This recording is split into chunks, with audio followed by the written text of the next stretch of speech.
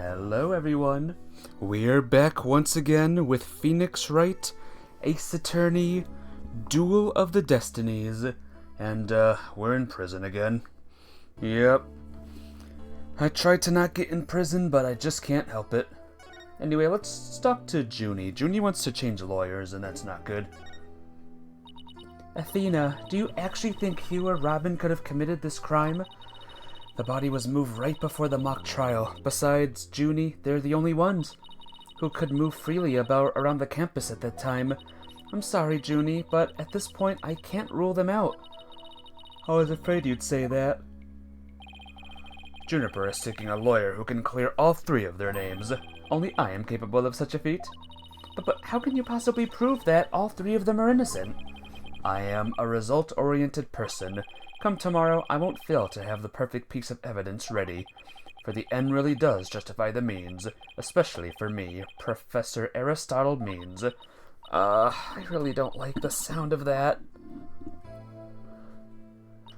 I'm sorry, but just as you believe I'm innocent, I believe that my friends are innocent too.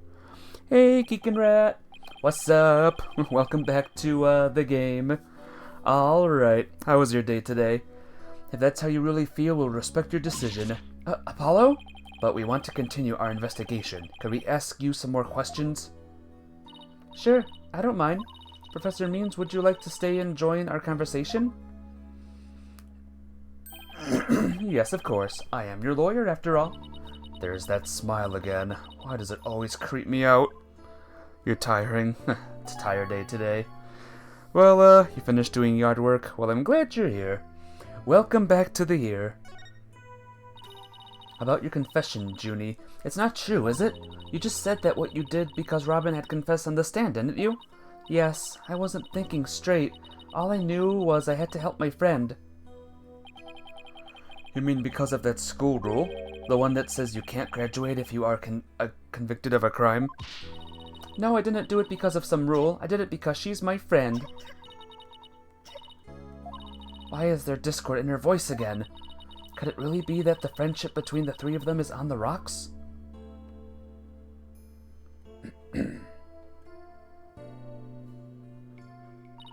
There's more here than meets the eye. The trio's friendship. When did you three first become friends? Well, even though we were in different courses, we really bonded from the first day at school. We vowed to work together to bring an end to the dark age of the law. That was when our proof of friendship came about. There's that proof of friendship thing again. I just wish this was as simple as that. We even have proof of our friendship. Yeah, as long as our friendship lasts, you can bet we'll be carrying them around. But the situation kind of changed recently. When the school's policy shifted to training legal professionals who produce results.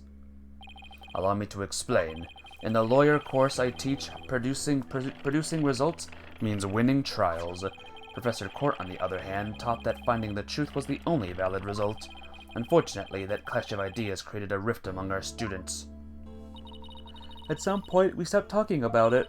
While that meant fewer arguments, it also meant we couldn't be as frank and open with each other as we used to be. I think I understand now. By putting their friendship on a pedestal, they actually did more harm than good. It seems the relationship between the three of them isn't as simple as I thought. Juniper, thank you for talking to us about this difficult subject. Yeah, thanks, Junie. Now if you could tell us about the day of the murder. Junie, you told us yesterday that you went home a little after 6 p.m. Was that a lie? I'm sorry I didn't tell you this before, but what actually happened when I left the art room a little after 6 p.m. and headed over to my dressing room where I worked on my stage costume until 7? That's it? You didn't go anywhere else? No, nowhere else. If that's really it, then there would be no reason to lie in the first place. She's gotta be hiding something else. Junie, do you remember this picture? Yes, but something's wrong here. Wrong? What's wrong? I took this picture around 6, which was before I'd left the art room. But the clock says here it's just after 7. Hey, Captain Chips. Explosions! You're exploding in the chat room. How you doing? By 7 I'd already been working on my dressing room for some time, so there's definitely something wrong with the time in this picture. I's okay, you's okay. How was Tears of the Kingdom today? Oh, I made that joke already. Never mind. I guess we better go check the art room. Okay, just one last question about the day of the murder. On the evening before the mock trial, the evening of the murder, you ran into Hugh. Yes, I did. At around 7:15, I went to the main building before going home. That's when I saw Juniper. We didn't say much as we passed by each other. She seemed her usual self. That's it. Anything else you'd like to ask? She suddenly went silent. She always was terrible at hiding things. Was she trying to keep their meeting a secret by lying about going home at 6? Alright, I won't press the matter any further. Is there anything else you noticed on the night of the murder? Well, I don't know if this will help, but that evening I went back to my dressing room to get something I'd forgotten there. It was well after the last bell rang. I'd say maybe around 8:30. Around 8:30, huh? That's over an hour after when the crime supposedly took place. That's when I noticed that both stage statues were finished. They were quite large and they were each covered with a white sheet, but I could tell. It made me happy to think that after all that hard work they were finally finished. Oh right, the statues that Robin made, so they were covered in white sheets. Junie, are you okay? Sorry, I'm a little tired. That's all. Hey, Ra. How you doing today? Welcome to the Ace Attorneys. I hope your day has been epic. Athena, I think this meeting is over. Professor Means? I will use any means possible to get the result I want in Juniper's case. You haven't seen this guy yet, Captain Chips. What do you think of this dude? And his epic smile. But it will require considerable preparation, so I must be off. That ain't right. That smile. Junie and Professor Means, I have a proposal. A proposal? Wait, this is another one of your crazy, by sundown today? Yes? I, Athena Sykes, along with Apollo Justice. Wait a second. Don't drag my name into. We're going to discover the truth behind this murder mystery. What? And we're going to bring you solid evidence showing just what that truth is. I see. So it has come to this, has it? If we succeed in doing that, I want you to promise that you'll accept it, Junie, no matter how hard it is to hear. Then you shouldn't need anyone else to defend you except me. Have we got a deal? I trust that's okay with you too, Professor Means? I have no objections, as long as Juniper is satisfied with this arrangement. Okay, but only if it's the real truth. I'm sorry to put you through this, Athena, but thank you. I've been thinking only of myself this whole time. Junie, it's way too early to thank me, but you can't thank me all you want once I get to the bottom of this. Graham says hello. Hello, Graham. Hopefully the thing is going good. Very well, I will see you back here at sundown. Sorry for all the trouble, Professor. It's just she's new to the agency, so... Don't be silly. I find it all rather thrilling. Let us meet here again later. If you'll excuse me, I'd better go. Okay, see you later. But if this trial proceeds in the same manner and ends in the same way as the mock trial, will you not lose everything you've worked so hard to gain? Arrgh, there's no time to be thinking about that. I've got an investigation to do. I will find the truth by sundown, no matter what. Alright, let's go.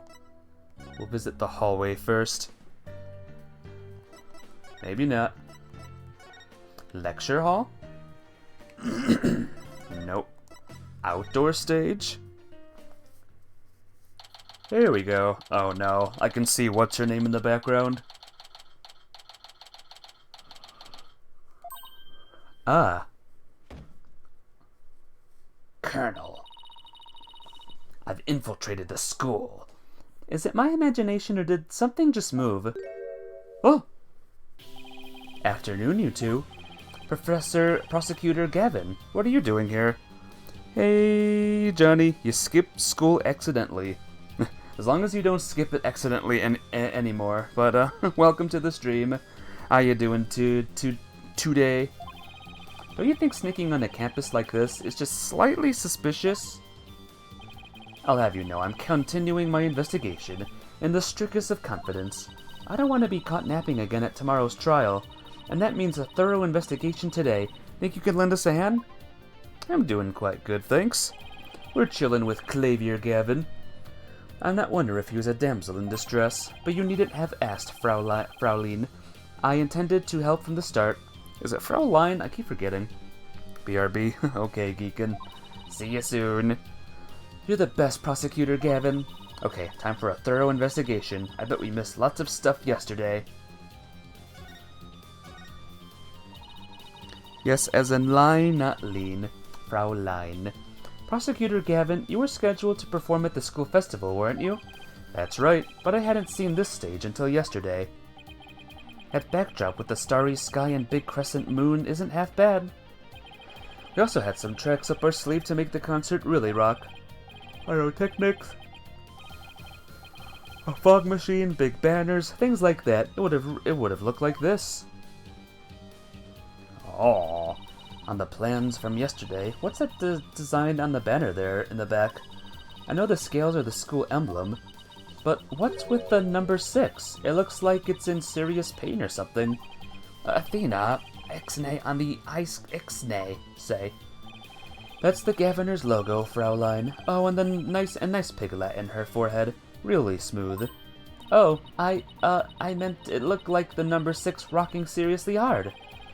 9, Fraulein. It's a G for Governors, not a 6, but whatever floats your pretty boat. The mobile version of Phoenix Wrights costs a lot. Oh no. I wouldn't get the mobile version. I would get the PC or the Switch version.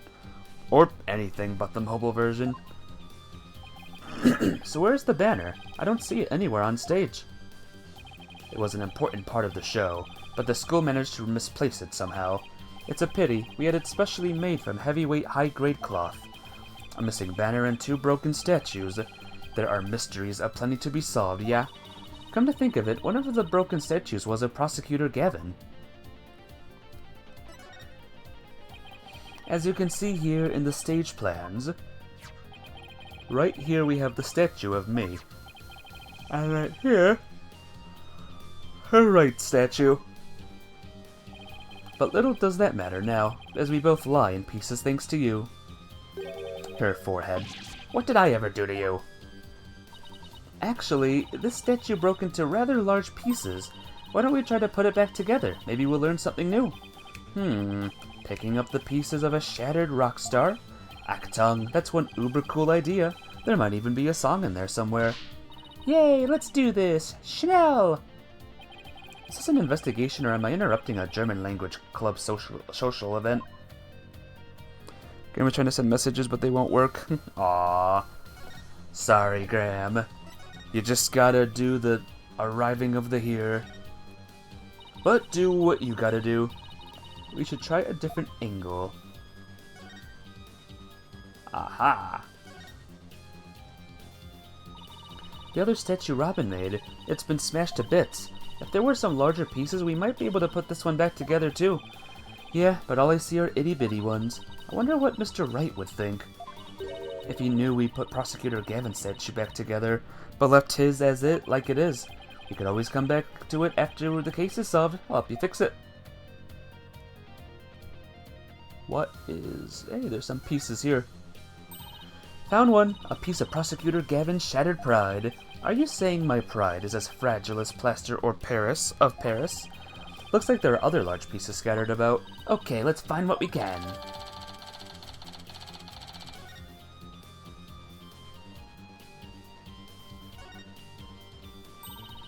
Found another piece of the statue, but there should still be some more. Let's leave no stone unturned.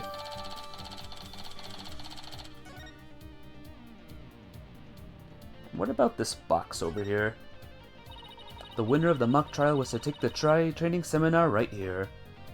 You mean Hugh or Robin? Yeah, besides Junie, they're the only ones who can move freely around the campus. Before the mock trial, that means one of them must be the killer. But that's not really enough to go on, is it? Need to talk with Juniper one more time and persuade her to give us a name. Right, and that means we have to find irrefutable evidence before the day ends. There's no time to lose, but we can't rush it either. Efficiency is the key.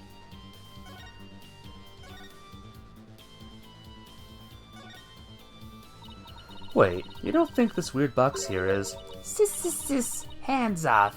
I knew it. I knew that voice anywhere. Let's just ignore it. I mean, it made its wishes loud and clear. So this is the future cardboard box technology has afforded us, huh? Oh yeah. Aha!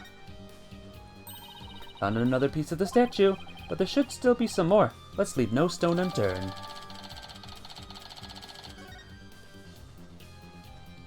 More, huh? Where, though? I'm not seeing any. Oh, there's one. Found another piece of the statue.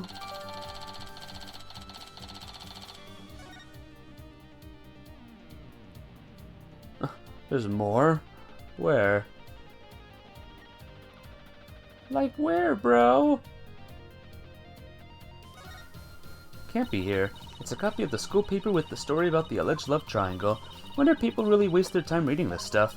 Sis, it's more popular than you think. What was that? I thought I heard something just now. You're just hearing things. It was nothing more than your ears playing tricks on you. Sis, indeed. Not seeing any more, guys. Oh no, don't tell me it's guide time already.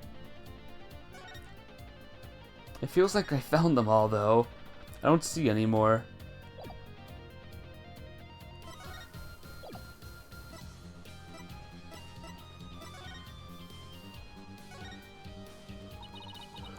I don't know, it's fine for a rock concert, but the nighttime sky is a backdrop for a courtroom? Personally, I think it's breathtaking. I mean, speaking of the truth under a starry sky, don't you think it's romantic, Fraulein? And the waning crescent moons represents the maximum 3-day trial cycle. 3-day trials outdoors? No thanks. If it starts raining, my hair will be ruined. Ha ha ha ha ha. Ho ho ho. Maybe here. Oh, nope. Maybe not. The body's gone. All that's left is the white outline. I never knew Professor Court personally, but seeing her reduced to a white outline leaves me cold inside. But in a way, she still lives on in the messages she left behind, like the strange way her body was posed and the signs of her worst being bound. You're right, let's use her final messages to catch her killer. Yeah.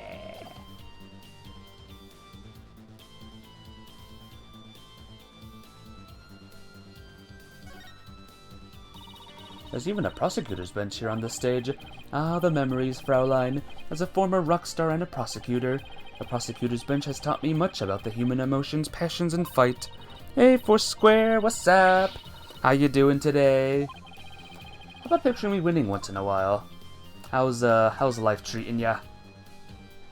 Oh, up here. This looks like another piece of the statue. Thanks, Apollo. This makes 5 pieces in all. I think we have all we were going to find. Okay, let's get back to where Prosecutor Gavin was shattered. I think you might want it to reward that. Back to Miami next week? Ooh, nice. Hope you have a good time. What are you gonna do there, in the Miamis? Well, I don't see any other big pieces lying around. Yeah, let's see if we can put the statue back together. Alright, Apollo, you come over here, and Prosecutor Gavin, if you could hold this.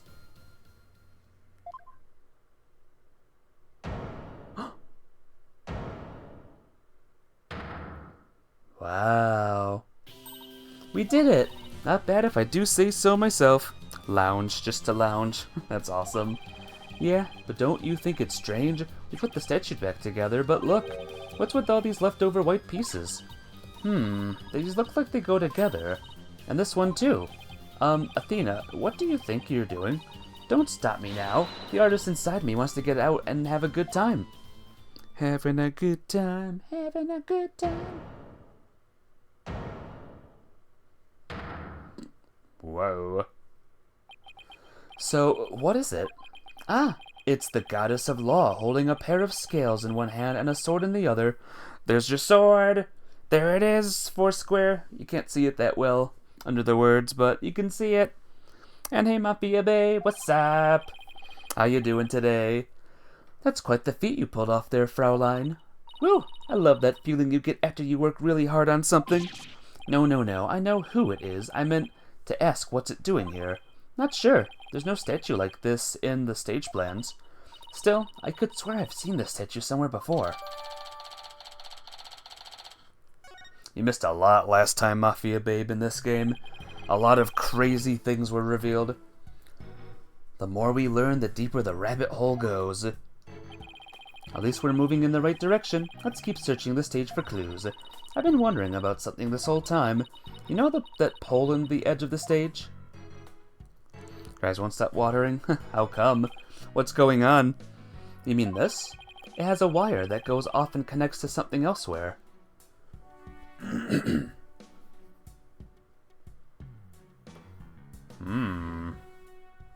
Well. This wire is for hanging banners over the stage. One of the policemen who was here earlier was checking out how it worked. Oh, so that's what the banner looks like. It's out of place, or why it's out of place. The banners are hung and removed from the art room over there. That's the art room over there? As in the scene of the crime? Bingo, Fraulein. It's still crawling with cops, though. Hey, anyone in the art room? Oh, it's you people. Ha ha ha. In justice we trust. Ah, it's Detective Fulbright. In justice we trust.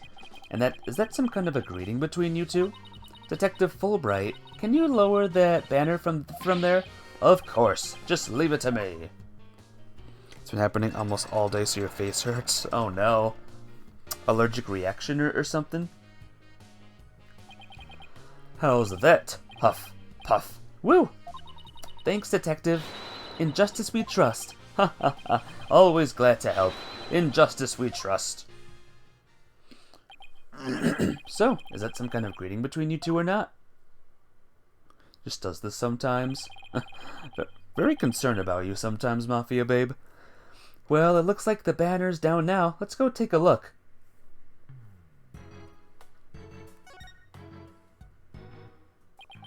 Look at this banner. I don't think it would flap very well in the wind. An unflapping banner. A flappable banner. Hey, I like that. Don't be, I'm okay. Okay. If you say so, my friend, if you say so. It goes perfect with unflappable lawyers and unflappable rockers. It's like it was made for this very stage. Look at this. The bottom part is all knotted up. Let me try and unravel it. It reveals a human head or something. Jeez, did you really have to? You don't come across an unflappable banner every day. Athena, there are some things that have to yield to forces beyond themselves. What a cruel world we live in. Hey, a scrap of paper was caught up inside. It's blowing away. I got it. Yes, great catch, huh? October Hue 120. Looks like some kind of note. What does it say? October Hue 120. What's that supposed to mean? A test score, maybe? Pretty impressive when you consider that 100 is a perfect score. I don't see how even Hue can get beyond perfect. Fraulein, shall we inspect the banner again, now that it's been unraveled?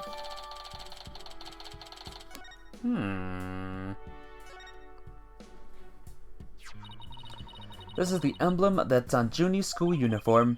Hey, you're right. Wait a sec. It's hard to see against the red material, but look. There's a dark red stain here, just under the emblem. This banner was on a wire connected to the art room. Right, and the art room is where the murder occurred. Are you thinking what I'm thinking? The stain might be from the victim's blood. You had a dream, you had 2 Glencairns, but you only had 1 Glencairn. Does that mean you have to buy a second one now, Foursquare? Also, you're dreaming about drinks now. Is that good?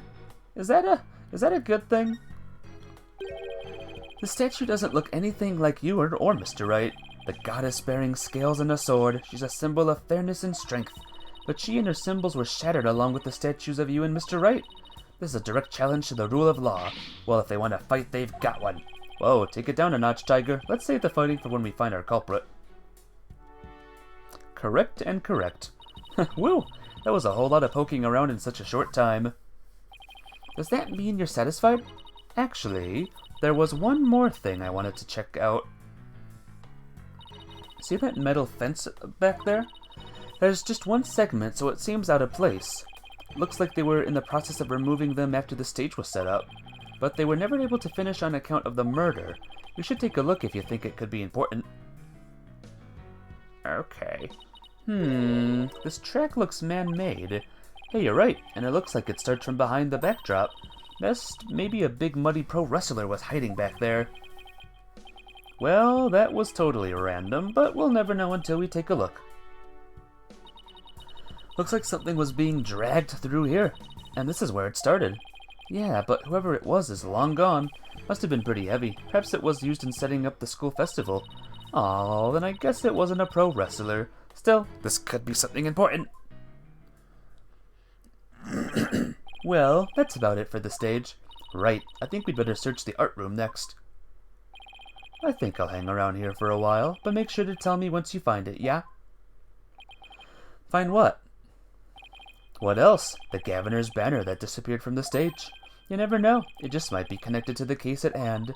Really? Or does he just want his banner back? Sis, don't tell me.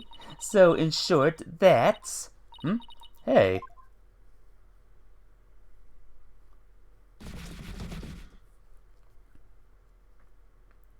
Uh-oh. That box! It just took off running! I have a pretty good idea who that is, as I suspect you do too. Come on, we can't afford to have any weird articles written about us. The maintenance area's over in that direction, after that box. I think it's the box girl, guys. I think the box girl's the murderer. She's way too suspicious.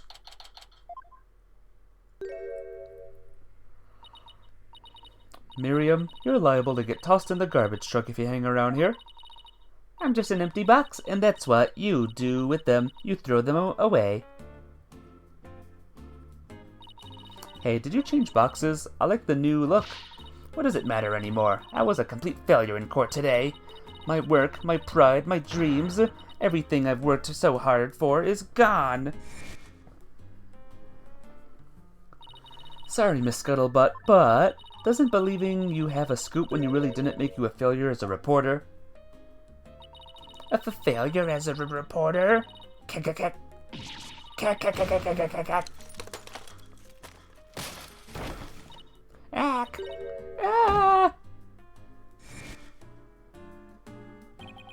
Come to think of it, calling her a failure as a reporter might have been a bit extreme.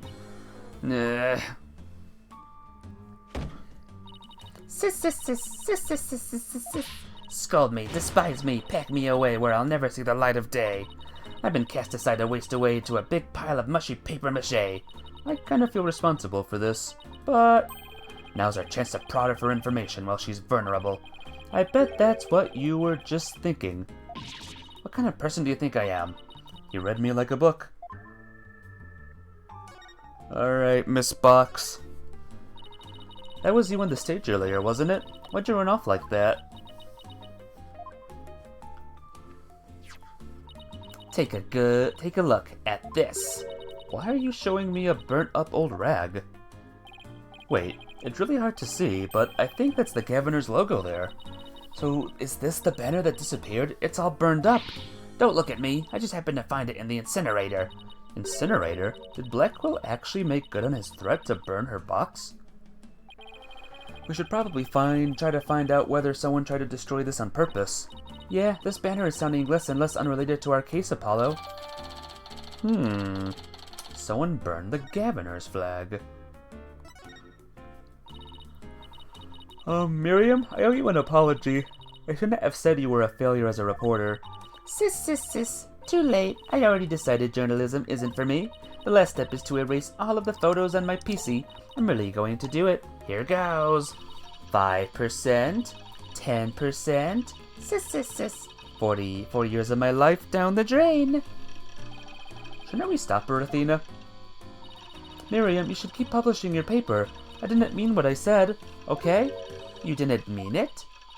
Oh, no, my photos! Stop! Cancel! Abort!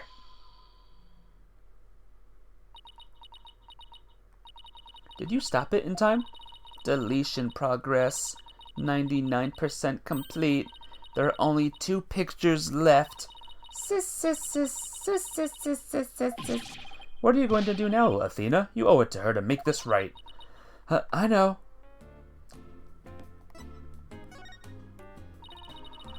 Don't worry, Miriam. Your photos may be gone, but the memory of your photographic genius will live on forever in all of our hearts. Oh, Athena, that was cringeworthy. Hey, Miriam, check this out. You took some amazing photos of the 3 of them. I'm sure you really appreciated it.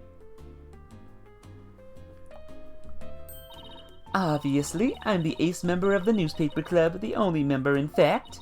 I know this won't make up for your photos you lost, but here are your newspapers back. There's no reason, there's no rest for the wicked. I plan on pursuing those 3 for as long as I live. Miriam, why are you so obsessed with Juniper, Hugh, and Robin? Obsessed? I'm not obsessed with them. It's just they were so close, ever since their freshman year. So, well... Athena, are you thinking what I'm thinking? Yeah, I think that's the only explanation. Well, wait a second, you're not thinking what I'm thinking, you're thinking... That's exactly what he's thinking, Miriam. You want in on their little trio. Cack, cack, cack. Cack, cack, cack, cack, cack, cack. How could you possibly know that?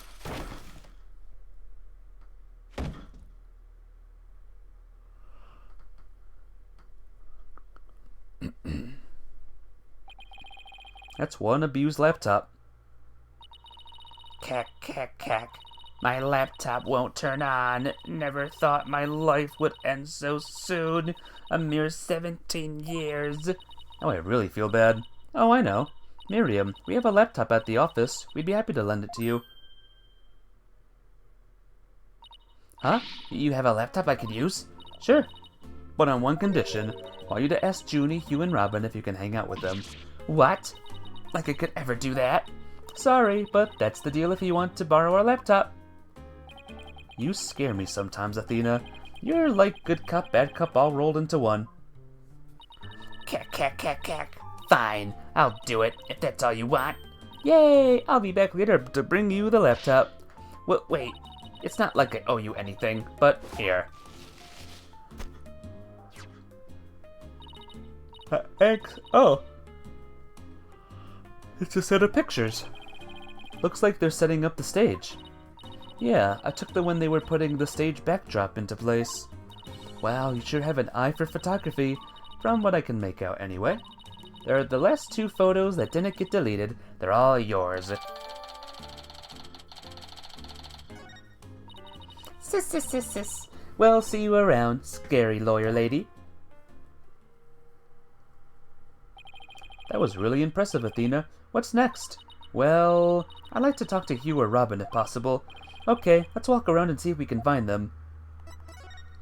Oh, Mafia babe. Wait till you see Robin, by the way. What did you think about Robin again, Mafia babe?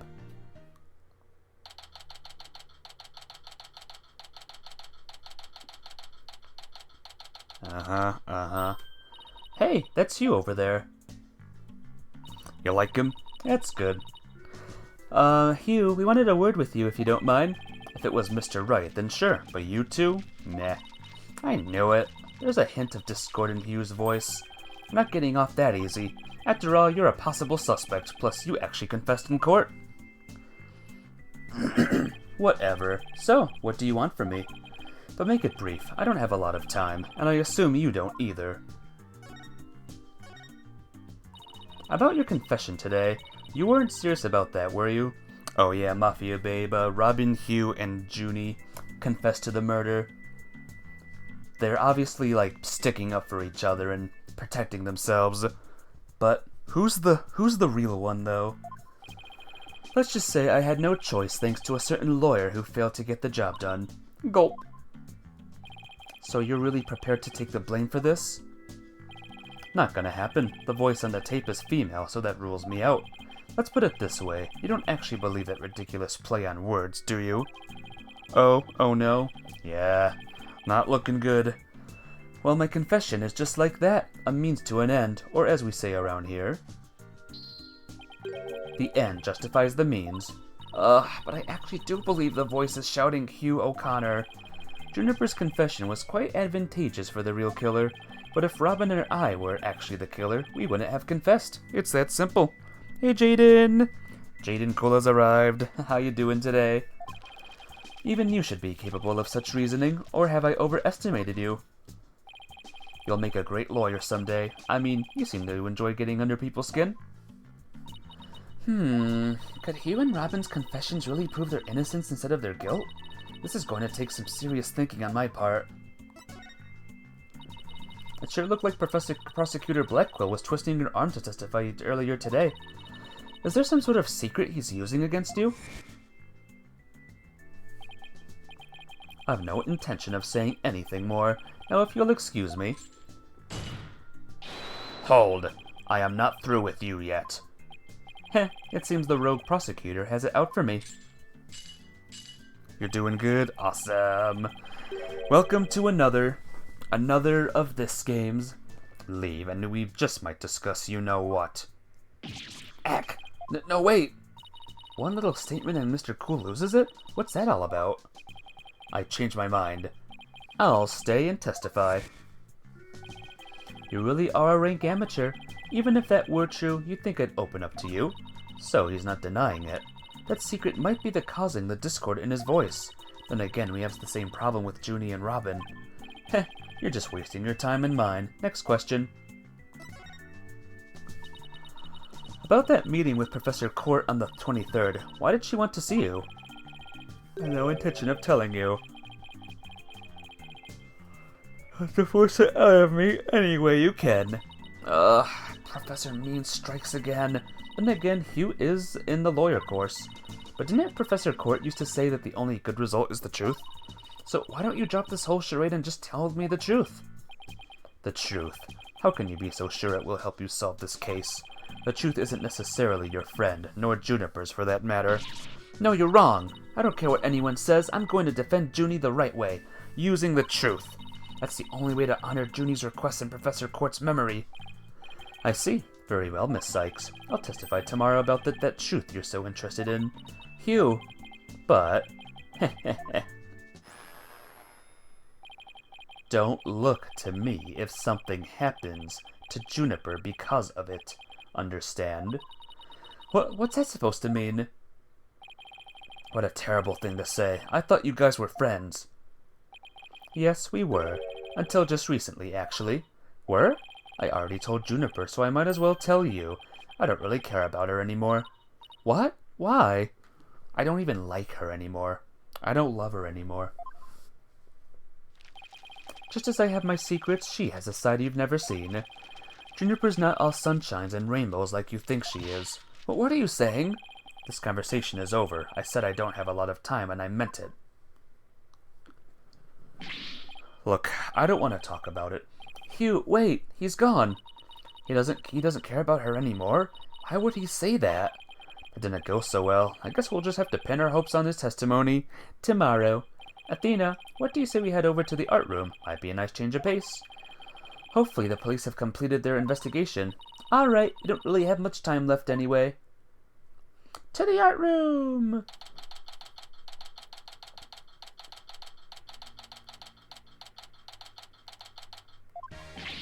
Ha ha ha. Why, if it isn't my little lawyer friend again. Thanks again for lowering the school banner for us earlier. Don't mention it. Helping those in need is what my brand of justice is all about. Right, so this art room is where the murder actually occurred. That's right. You can't see it with your naked eye, but there's blood on the floor. That area roped off in the middle of the room marks the spot. The police investigation is done, so if you want to look around, knock yourselves out. Hi. Find anything new, Detective Fulbright? Ha ha ha. Good question. Unfortunately, the answer is nothing much yet. He sure is confident for having found nothing. But if we're talking outside of the art room, there's been a major breakthrough. Oh dear, unless I find out what that is, I don't know what I shall do. No need for the theatrics, I was told I could fill you in on this one. Wow, you saw right through me, Detective. I'm impressed. Looking to get arrested for murder via unwarranted flattery, are we? The breakthrough! So, what's the major breakthrough you mentioned? You want to know? You really want to know? You really? Come on. Just tell us already. You're no fun. Anywho, we got the results of the voice print analysis back. Voice print? You mean for this tape recorder? Exactly. The voice belongs to the suspect, Miss Woods, beyond a shadow of a doubt. See right here? They analyzed the voice on this tape inside and out. Well... And you thought the voice on the tape was saying Hugh O'Connor? Thanks for the good laugh, Miss Sykes. Arg, he's the last person I want laughing at me. So now there's evidence of Juniper shouting you're a goner around the time of death. If we were to take this as the truth, how are we supposed to make sense of it? I don't know. I can't think of any reason why Junie would shout that in the first place. Well, we in trouble. This looks important. A mock trial script on the floor, and nearby, an envelope marked Use. I wonder if Miriam's script was ever really inside that envelope. Let's see here. By Miriam Scuttlebutt, and the title is Rogue et Noir, Crimson Blood and Dark Judgment. I want to take part in that mock trial if she begged me. It says there's a special rules allowing the payment of bribes while the court is adjourned. Oh, and you can bring it up into $3 worth of fabricating evidence, it also says. Welcome to the darkest mock trial ever, where the end justifies the means. The prosecution claims that this is the script that was supposed to have been used. But the scripts were selected by Professor Court, considering how much she valued the truth. Seriously doubt she'd pick a script entitled Crimson Blood and Dark Judgment. Wow, you have that title memorized already? Oh, whoops. Stars Over Hyrule is here on her 3-watch streak thing. Welcome to the stream, my friend. It's good to see ya. How was your day today? Hey, this area with the rope around it. That's where we detected a large blood stain. In short, the victim was stabbed here or somewhere close by. The fact that there are no visible blood means it was wiped up with something, right? Right, but we were able to detect trace amounts of blood. Merely wiping it up does not remove all evidence of wrongdoing, and that, in a nutshell, is justice, right? I'd appreciate it if you'd let me have the cool lines. Look at this picture. A picture of a girl wearing a floral hat. Oh, it has an artist's name right here. C. Court. Wow, Professor Court must have painted this. So, is this what they consider art? I really don't get it. I swear I've seen this girl before. There's an air of fragility about her, and those pity-inducing eyes. Who is this again? Her name's on the tip of my tongue. Sheesh, you don't know. A picture of a girl wearing a floral hat. Oh, it has the artist's name right here. R. Newman. Wow, Robin must have painted this. Is this Juniper? The clothes are different, but... Oh, look! There's a piece of paper stuck to the back. Let's see what it says. Completely lacks Professor Court's artistry. Must keep practicing. Robin. Huh? I think this is plenty good myself. I wonder what it would have looked like if Professor Court had painted Juniper. I bet it would have been really artistic looking. Hey, it's gone. Remember that strange statue in the school camera photo? You're right. Wonder where it is. Robin's a member of the Fine Arts Club. Maybe she could shed some light on this. Interesting. Isn't that a mock trial script? Actually, there's a whole bunch of them here. Let's see. Looks like everyone from the judge course submitted one. The victim, Constant Court, was the Fine Arts Club advisor. But yeah, I'm doing good. Stars Over Hyrule. I'm playing Ace Attorney, so I can't be not good, right? She's probably spent a lot of time up here in addition to her other duties. This isn't where I'd keep a bunch of scripts, but I'd wager that's how they wound up here. Poor stressed out, overworked Professor Court. I know exactly how that feels. You must because your desk always looks like a tornado hit it. You want to talk, Apollo. Me? What about Mr. Wright? Maybe we should rename the firm Wright Stuff All Over the Place Agency. Ha ha ha ha ha. 3 busts sitting on a shelf. A judge, a defendant, and either a lawyer or prosecutor. The bearded one must be the judge, and the bummed-out looking one the defendant. Look, there's another one that's fallen onto the floor. I wonder which one fell, the lawyer or the prosecutor. Think, Apollo, think. This could tell us how tomorrow's trial will go. I'll just wait for tomorrow's horoscopes, thanks. The horoscopes. This is the clock that created the major problem for Junie. Let's take a closer look. Don't waste your time. I've checked it, and it's 100% accurate. You sure? How'd you check it? Of course I'm sure. I compared it to my own watch, see? Detective Fulbright, didn't you notice that your watch had stopped? It has? This is unacceptable. We obviously can't rely on him. Let's take a look for ourselves. Let's see. Wait a second. It's ahead by 1 whole hour. Well, Detective? But... The clock must have also been an hour ahead when this photo was taken. If so, then that would fit perfectly with Junie's testimony. Professor Blackquill won't like this. He almost feels sorry for the detective. Almost. Horoscope. Horoscope. Scary scope. Am I right? You can at least pretend to feel sorry by wiping that big grin off your face. Well, wait just 1 minute. That clock is an hour ahead right now, sir. But what proof do you have that it was running ahead on the day of the crime? That's a good question. Wait, I think I just might have something. Detective Fulbright, you would agree that there's a moon outside the window, right? Sure, a nice crescent one, like something out of a picture book.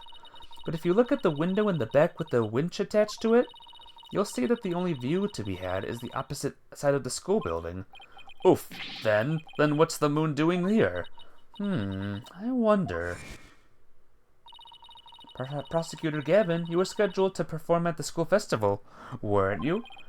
That's right, but I hadn't seen this stage until yesterday.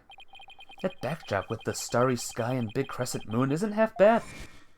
Isn't this the same as the one painted on the stage backdrop?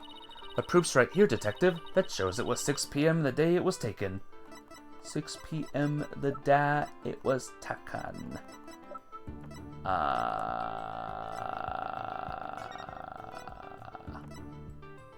Oh, here maybe. I know what this moon really is, and if you look at this photo, you'll know too.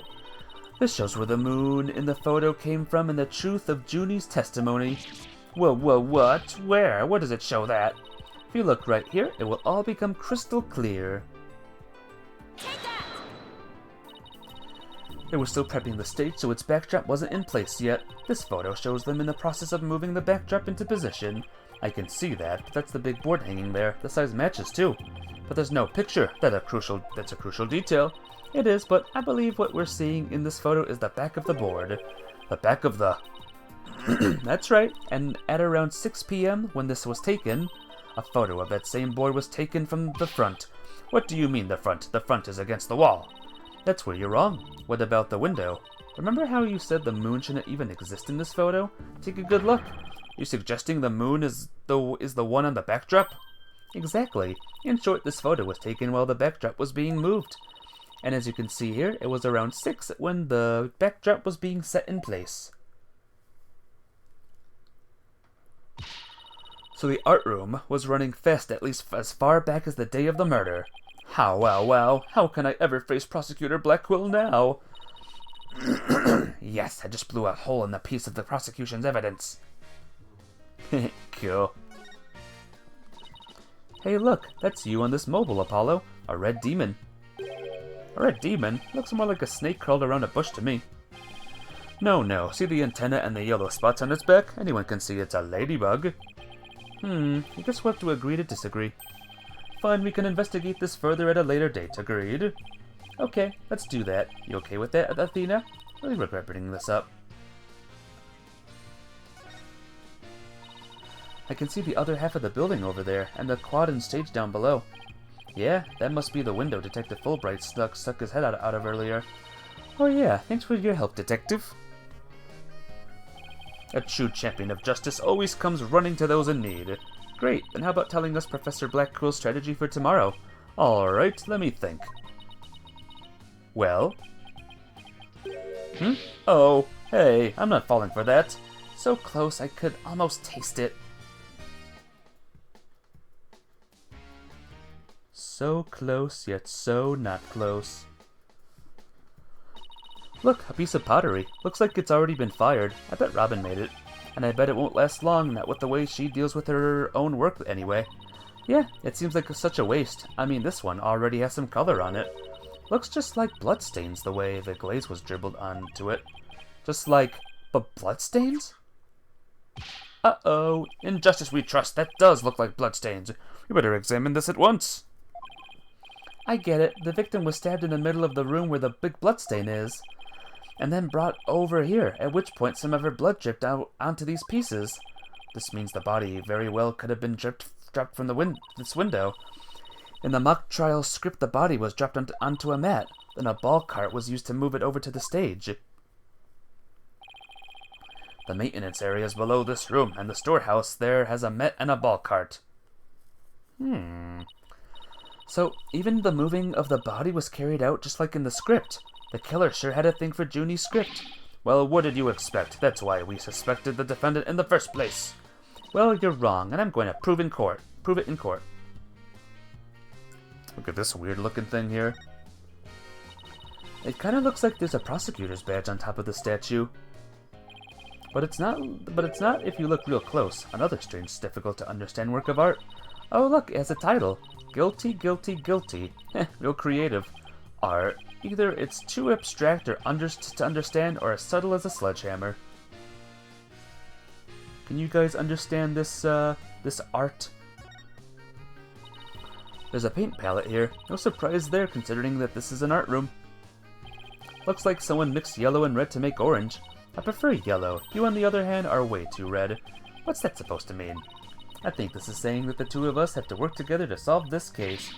Ooh, what if this is Professor Court sending us a message from beyond the grave? That's downright cubist. What does that mean? What about the blob right next to it, the one with red and green? Maybe she's implying that you need more delicious greens in your diet? Are you saying Professor Court was watching over our dietary habits from the pearly gates? Yeah, that's exactly what is going on here. So, yeah. Is that it?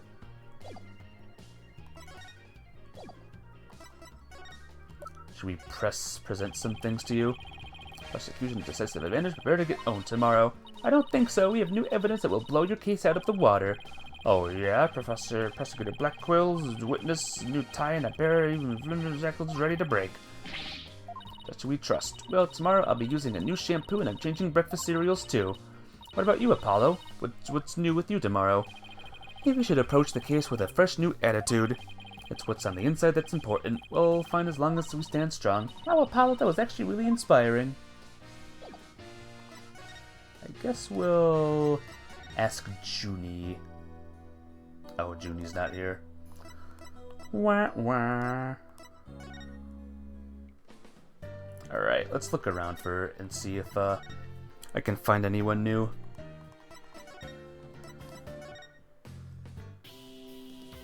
Nope. There's Gavin.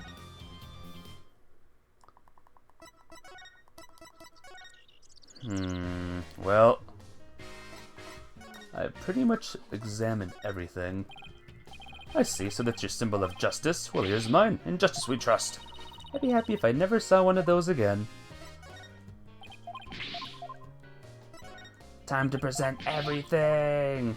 Present everything!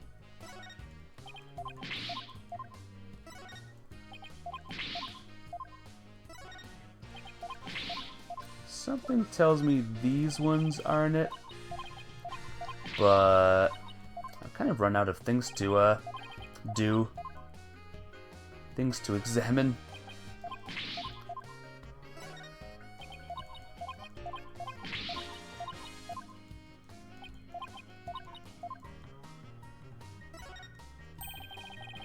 The mock trial is the key to this case, that much I'm sure.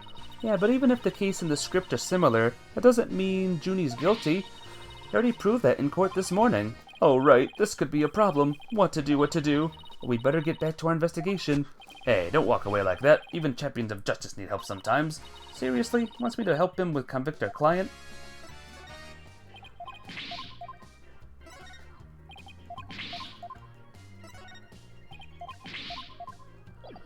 Well, I presented everything. I'm pretty sure I examined everything. Oh, not this. Somewhere in a winch. So this is how they reeled the banners in and out. There's a nice view of the stage from here. Prosecutor Gavin is still standing in front of that broken statue. So it really wasn't you, Apollo? Don't worry, you can tell me. I won't tell anyone.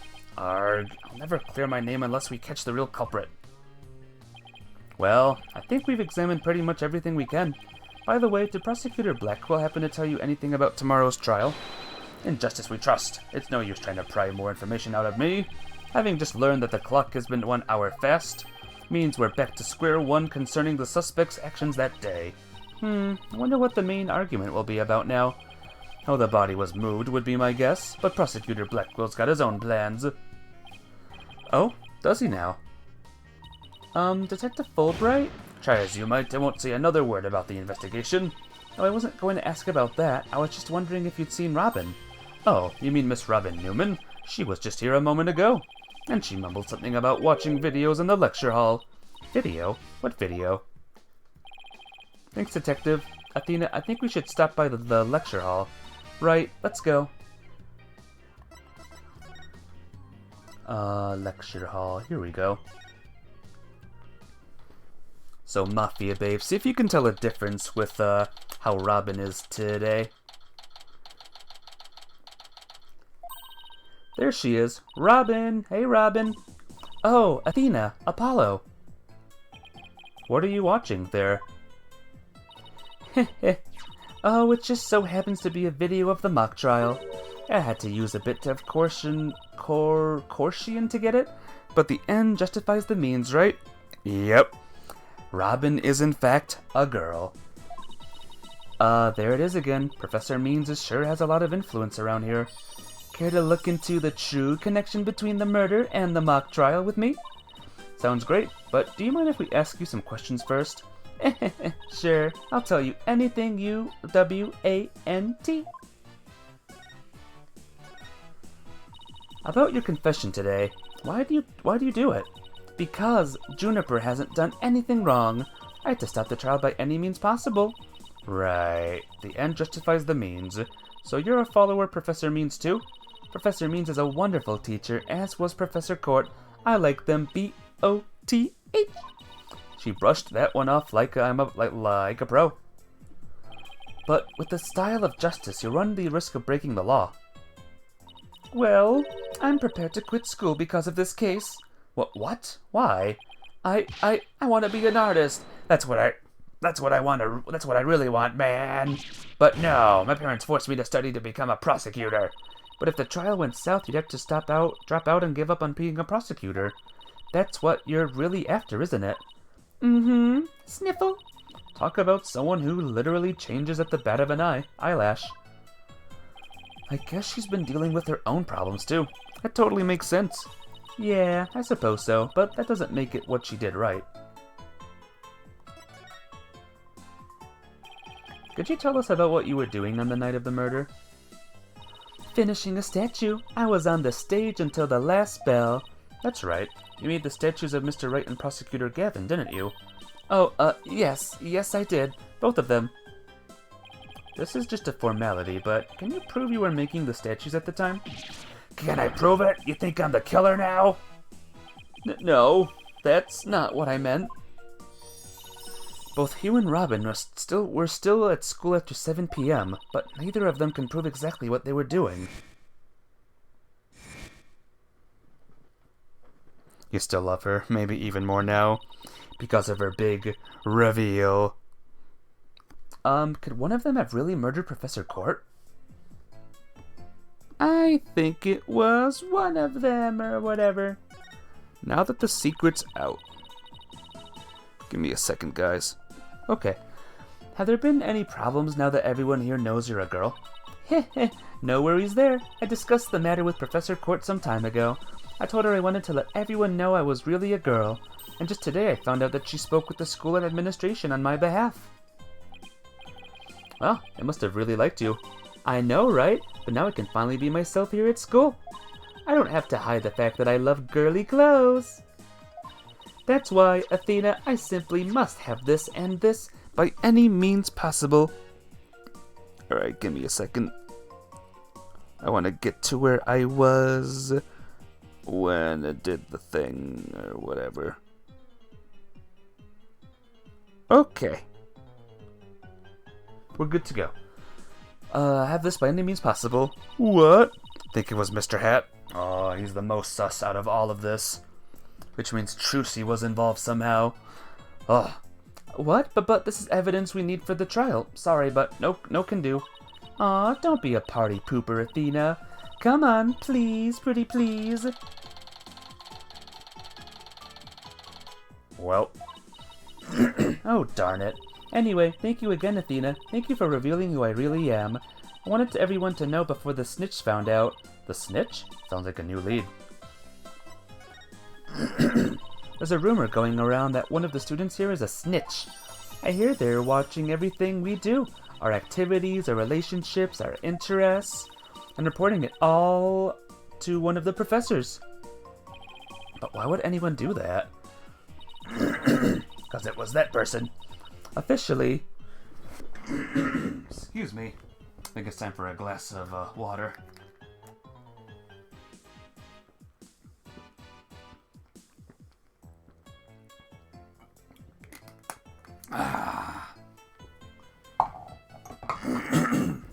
Officially, the rumor has it grades were being bought and sold.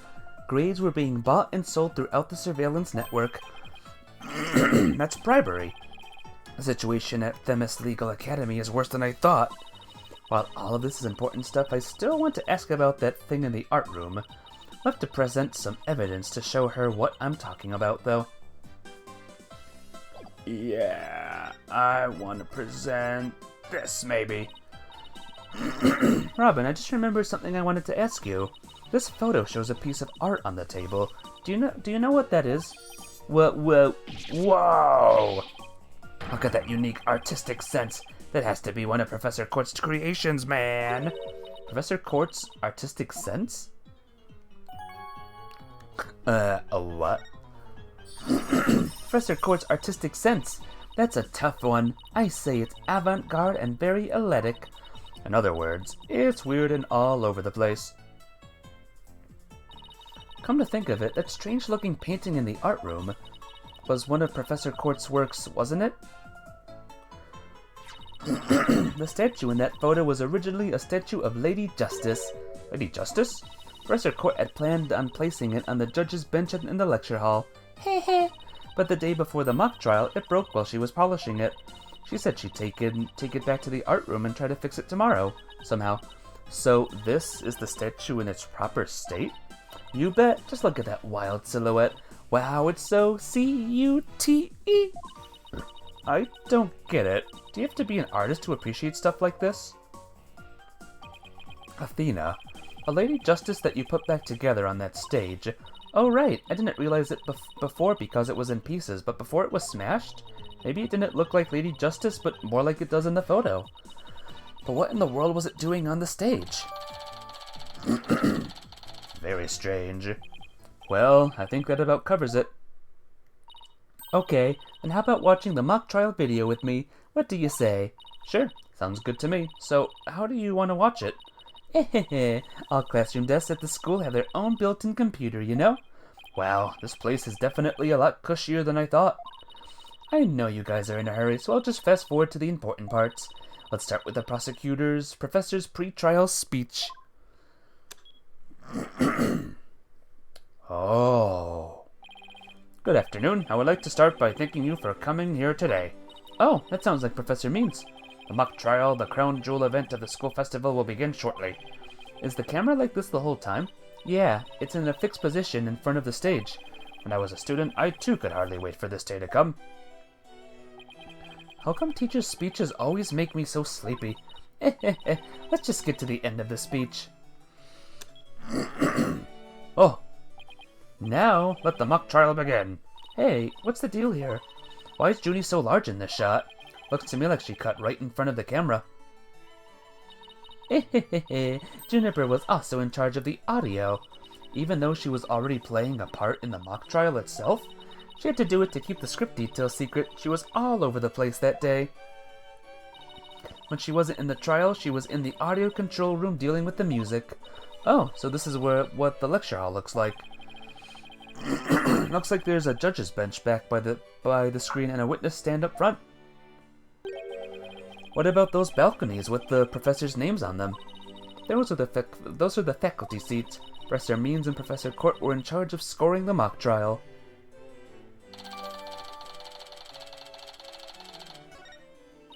Okay, let's fast forward this a bit. Oh, and that's why the defendant is definitely guilty. That wasn't me. That was me. Could you tell? Objection. A frail co-ed used her bare hands to stab her professor with an arrow. I don't think so. You read that line in the mock trial, Apollo, but you made it sound kind of weird. Cut me some slack. It was my first time reading that script. I think Juniper's going to speak next. I didn't do it. I had suffered a breakdown and pretty much lost it. It's true I shouted, "You're a goner," but I didn't mean it. Wow, what an emotional performance. She'd put a real actress to shame. Wait, could you go back and play that scene again? You really think that's necessary? I didn't do it. I had suffered a breakdown and pretty much lost it. It's true I shouted, "You're a goner," but I didn't mean it. Stop, did you hear that? I think you're onto something. Let's play that last part again. I don't follow. What are you guys so excited about? I think this piece of evidence should explain it. Time to show Robin a piece of evidence that links the line we just heard in the case.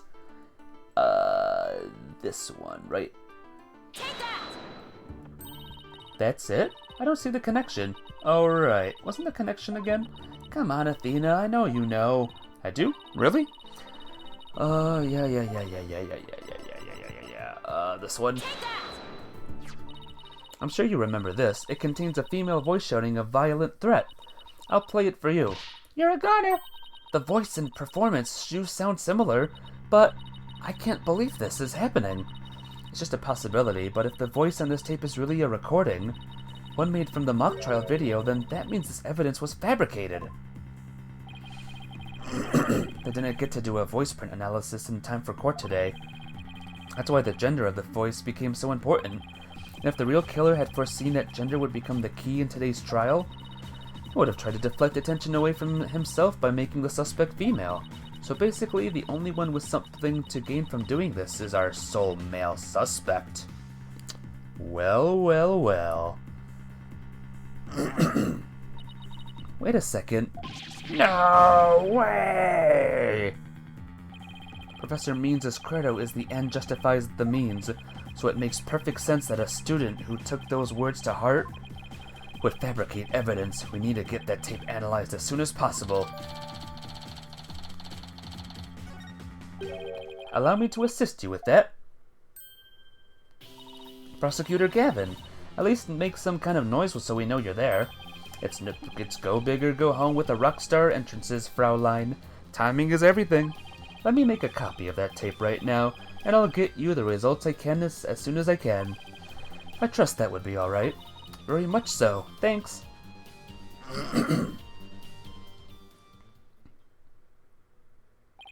Well, Athena, it's almost sundown. Isn't it about time we head over to the detention center? I think Junie will agree that this is something that could prove her innocence, but will her heart really be open to accepting it? She had to have known this was what I'd find. He looks so cute there. Who did? Clavier. Or Polly. And that's about covers the main gist of our investigation. I see. Very interesting. You've been quite the busy beaver today. Thank you for all your hard work, Athena. Well, my time's about up, and it will be getting dark soon, so...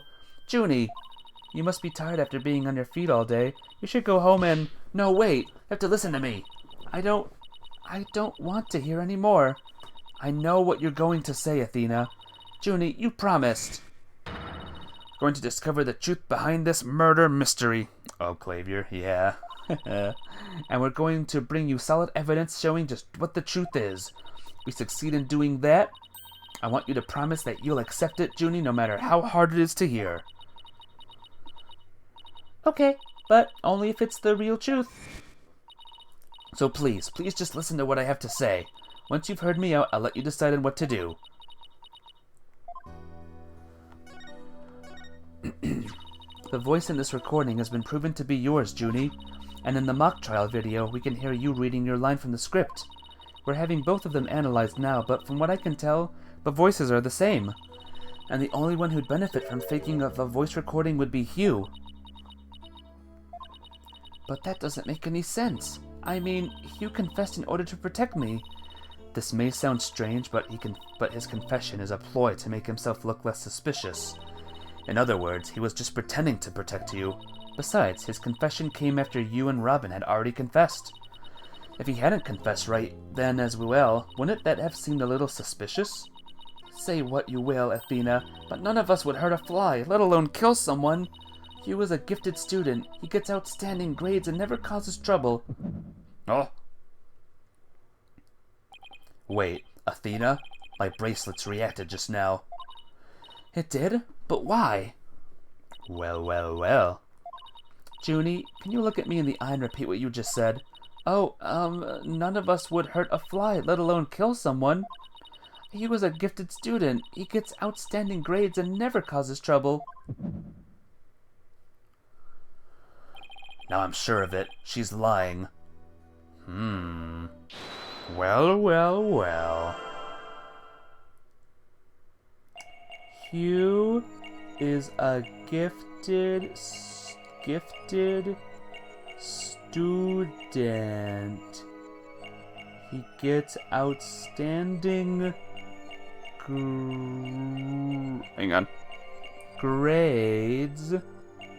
and never causes trouble.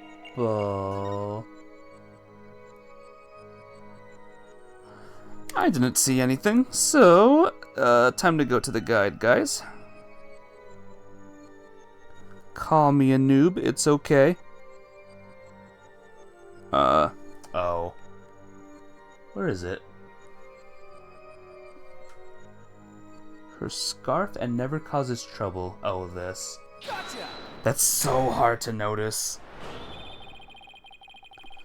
Juniper, you started coughing when you're under stress. You can't hide it from me no matter how hard you try.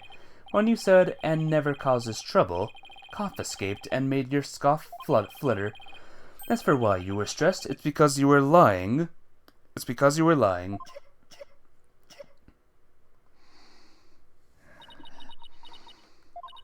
Junie, you're trying to hide Hughes' connection to this case. You're trying. And I believe that also ties into a secret about yourself. A secret? About me? I don't understand. I already told Juniper, so I might as well tell you. I don't really care about her anymore. What? Why? Juniper's not all sunshine and rainbows like you think she is. He ended their friendship after he found out about Junie's secret, which means Hugh must have felt betrayed by Junie, making her... the killer! No, the snitch. You were Professor Court's snitch, weren't you? There's a rumor going around that one of the students here is a snitch. I heard they're watching everything we do, our activities, our relationships, our interests, and reporting it to one of the professors. And while fulfilling that role, you learned something about Hugh you'd rather forget. I don't know what you're talking about. Junie, please, stop hiding things from me. I hate having to force things out of you like this. Looks like we're going to have to do this the hard way. Time to review the evidence and see if I can't prove my hypothesis. Must have something that proves Junie's the snitch and Hugh's connection to the case. Again, I do, but I don't really remember, to be honest.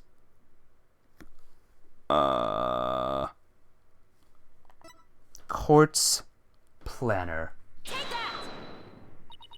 Right here in Professor Court's planner, it says, routine report. I believe this is meant to mean when the snitch would report into Professor Court. I also believe Professor Court's planner to meet Hugh in private based on the snitch's info. And from their meeting, Hugh must have put two and two together and figured out your secret. So you see, it all makes sense only if you're the snitch, Junie. Sniffle. Ah, forgive me, Thena. Sob, I've been lying to you this whole time. The truth is, I suspected you from the start. You did? Now this is surprising. Well. I'm so sorry. I've talked about friendship so much, but I've been a terrible friend. Juniper. I don't have that special kind of hearing that Athena does, but I don't need to sense the pain you're feeling inside. And its intensity is directly proportional to how you feel about your friend. Am I right? Sob, Apollo. Please, Junie, tell me why you suspected Hugh. I have a feeling that will be the key to getting to the bottom of this whole case. Yeah, what's going on here? What exactly was your role as class snitch? Professor Court had told me how Academy alumni have strayed from the path of justice. The dark age of the law, huh? She didn't want any more of our students going astray like that, but few others at the Academy shared her view. I thought her ideas were beautiful, though sad and unrealistic. She asked you to be her eyes and ears, didn't she? I used to report to her once a month about any wrongdoings I'd seen or heard about. And that report session in her planner, the one from October 22nd, was a part of that? Yes, that's when I reported Hugh to Professor Court. She snitched on her own friend? I had accidentally overheard Hugh talking. What did you hear? He was talking to someone on the phone. I think it was one of his parents. What were they talking about? Something about having paid money for good test scores. I only overheard him talking, so I never did find out who the money was going to. What? That's bribery! He was buying his way through school, and if that's the case, then that evidence that always seemed out of place might actually be about his secret. Gosh darn it.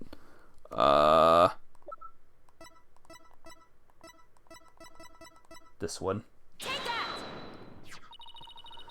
We found this while we were investigating the stage. It's got Hugh's name on it. I didn't know what the number meant at the time, but now that I'm hearing about bribes, it must mean that a bribe of 120 grand was to be paid in October. What's more, take a look at this mark. The same mark is on the pages of Professor Court's planner. Hey, you're right. Wait, but why would Professor Court have that kind of information in her planner? I don't really think the person who was taking the bribe money was... It's just a possibility at this point, but it may indeed have been Professor Court. But... That this is impossible. She'd be the last person I'd ever suspect of accepting bribes. Like I said, it's just a possibility, but a rather good one. Maybe their private talk had to do with the possibility of the bribery being exposed. And what started out as a little argument soon got out of hand. It's not your fault, Judy. Anybody would have suspected Hugh if they knew what you knew. No, I don't believe that alone would have driven him to murder. There's another reason why I suspected Hugh. You've got to be kidding me. There's another reason? Your other reason. I saw Hugh around 7 p.m. the day before the mock trial. Oh, so she's finally ready to talk about that. When I saw him, his cough. Oh. Thena, cough. Junie, are you alright? Just try to relax and tell me what happened. Uh-oh. I never wanted to see what I did. But I'll have to live with it, won't I? In that hallway, Hugh's hands...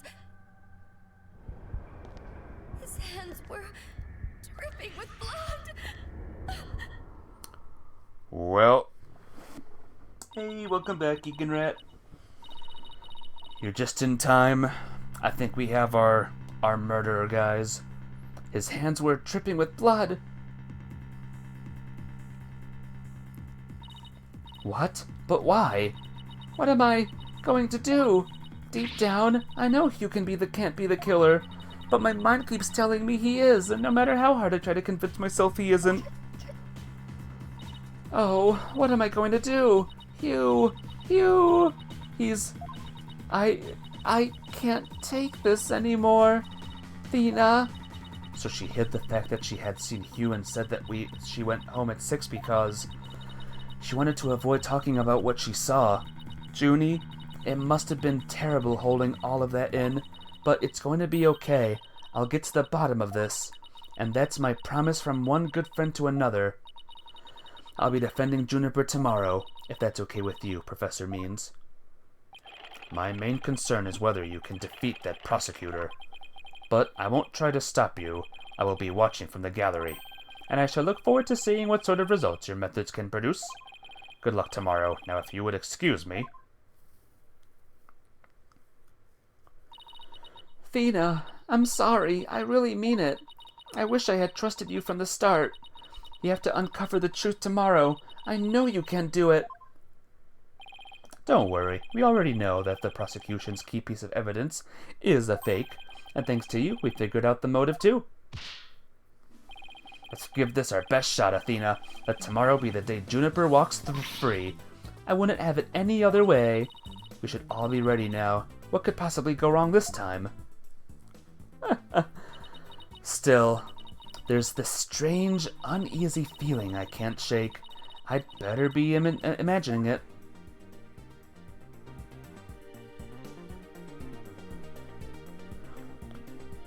Well, guys, I think it's time to bring up the Disney movie I saw last night. It was another Pixar movie, and if I had to ask everyone in chat, what is the #1 best Pixar movie ever made?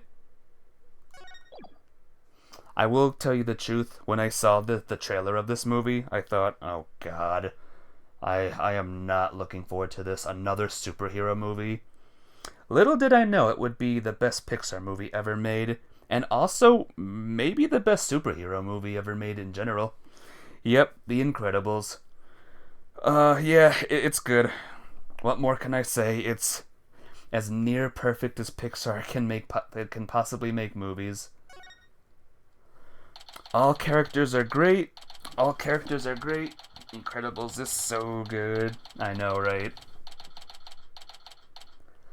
And that was last night's movie, and I was looking forward to it all the while. Okay, back to the game. Were you able to sleep last night? Huh? Oh, sleep. Sure, I slept for a grand total of 0 hours. That's healthy. Guten Morgen, you two. You look like you're ready to put on a real show. But before you do, I have a good luck gift for you. The voice print analysis came back, and the results couldn't be more clear. Yeah. The voice in the mock trial video and the tape recording are one and the same. In other words, the recording's a fabrication. Welp. The lab is continuing their study of the tape. So far, they found signs of overdubbing, but it's going to take a bit longer to recover the audio that was erased. Thump. Who's there? Wait.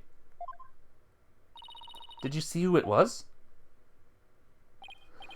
No, I got a quick look, but they got away. I think it might have been Hugh. I bet he was eavesdropping. I wonder if he saw our hand. Oh, I'm sure he wasn't the only one just now. I bet Robin and Boxgirl were listening in too. I will make sure they don't make a run for it. That is my final gift to you. Okay, all that's left now is to reach out to the truth. Time for a mini Chords of Steel workout. I'm Apollo Justice and I'm fine. Your turn. I'm Athena Sykes and I'm fine. There we go, all good.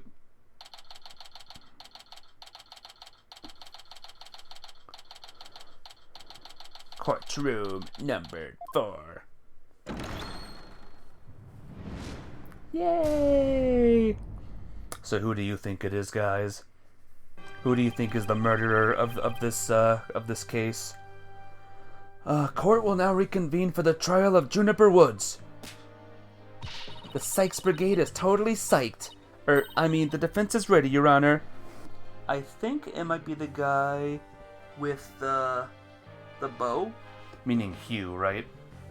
Your stars over Hyrule. Your stars over Hyrule and you're fine. Awesome. So Hugh then, right? The archer guy.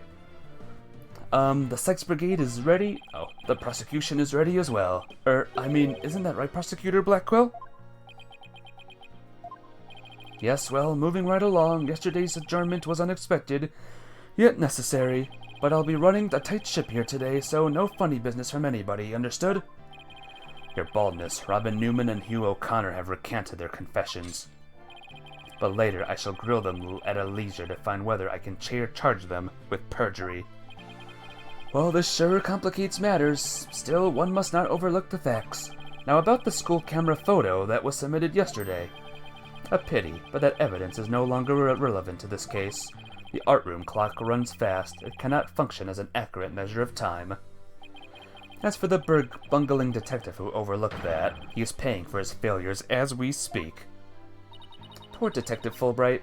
I hope he returns to work with all his body parts intact. But if that's the case, then what will we... The accused is the sole person who could have moved the body from the art room to stage, and I mean to prove it here this day.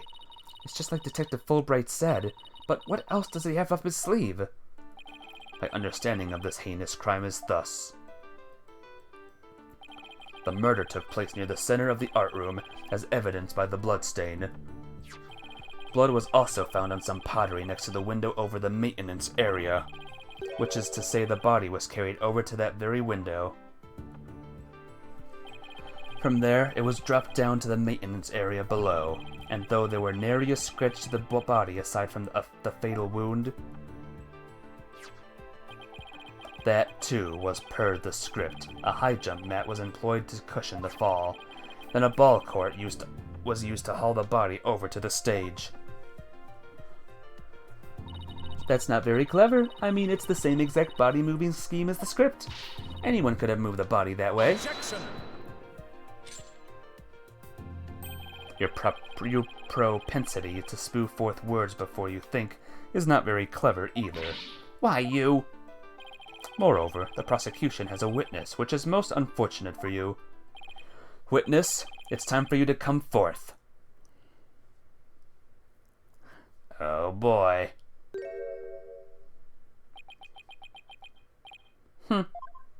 Ahem. Well then, will the witness please state his name and occupation? Hugh O'Connor. I'm a senior at Themis Legal Academy, and I'm studying to be a lawyer. Yesterday, I told that lawyer there that I would testify to the truth, so I intend to cooperate fully in today's trial. Happy now, Miss Sykes? What's he up to now? The court appreciates your cooperation, Mr. O'Connor. Now your testimony, please. Mr. O'Connor, is it you? The lecture hall was packed before the mock trial, but the rest of the campus was empty. That's when I saw Juniper dragging a large mat from behind the stage. I was watching her from a vantage point between the stage and the maintenance area. She was heading toward me, so I assumed she was on her way to the maintenance area, but I didn't have time to stand around and see what she did after that.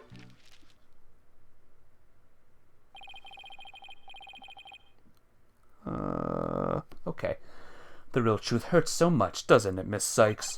Or maybe you thought I was going to bring up something else entirely against your client. Ugh, never a snappy comeback when I need one. He's coming straight at us today, using any means possible to protect the students who had to climb up high when setting up the stage. A mat was brought over to the stage from the storehouse. Our client is the student council president. What's wrong with her taking it upon herself to put the mat away after they'd use it? Objection. Oh, there is plenty wrong. There is but one mat in the entire school that could cushion a fall from such lofty heights. Ergo, the mat in question was indispensable to move the body. Arg! It sucks being the last to know everything. I think I get it now. The drag marks we saw behind the stage were made by the mat.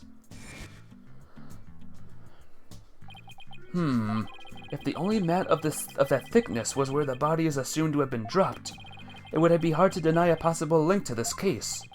We're off to a bad start again. You sure you're okay, Athena? It's game on, Hugh. Game on. I'm gonna turn your arrogant perfect score grin into a teary-eyed frown of failure.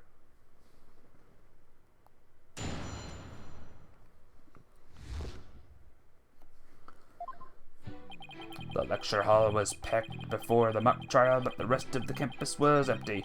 That's when I saw Juniper dragging a large mat from behind the stage. I was watching her from a vantage point between the stage and the maintenance area.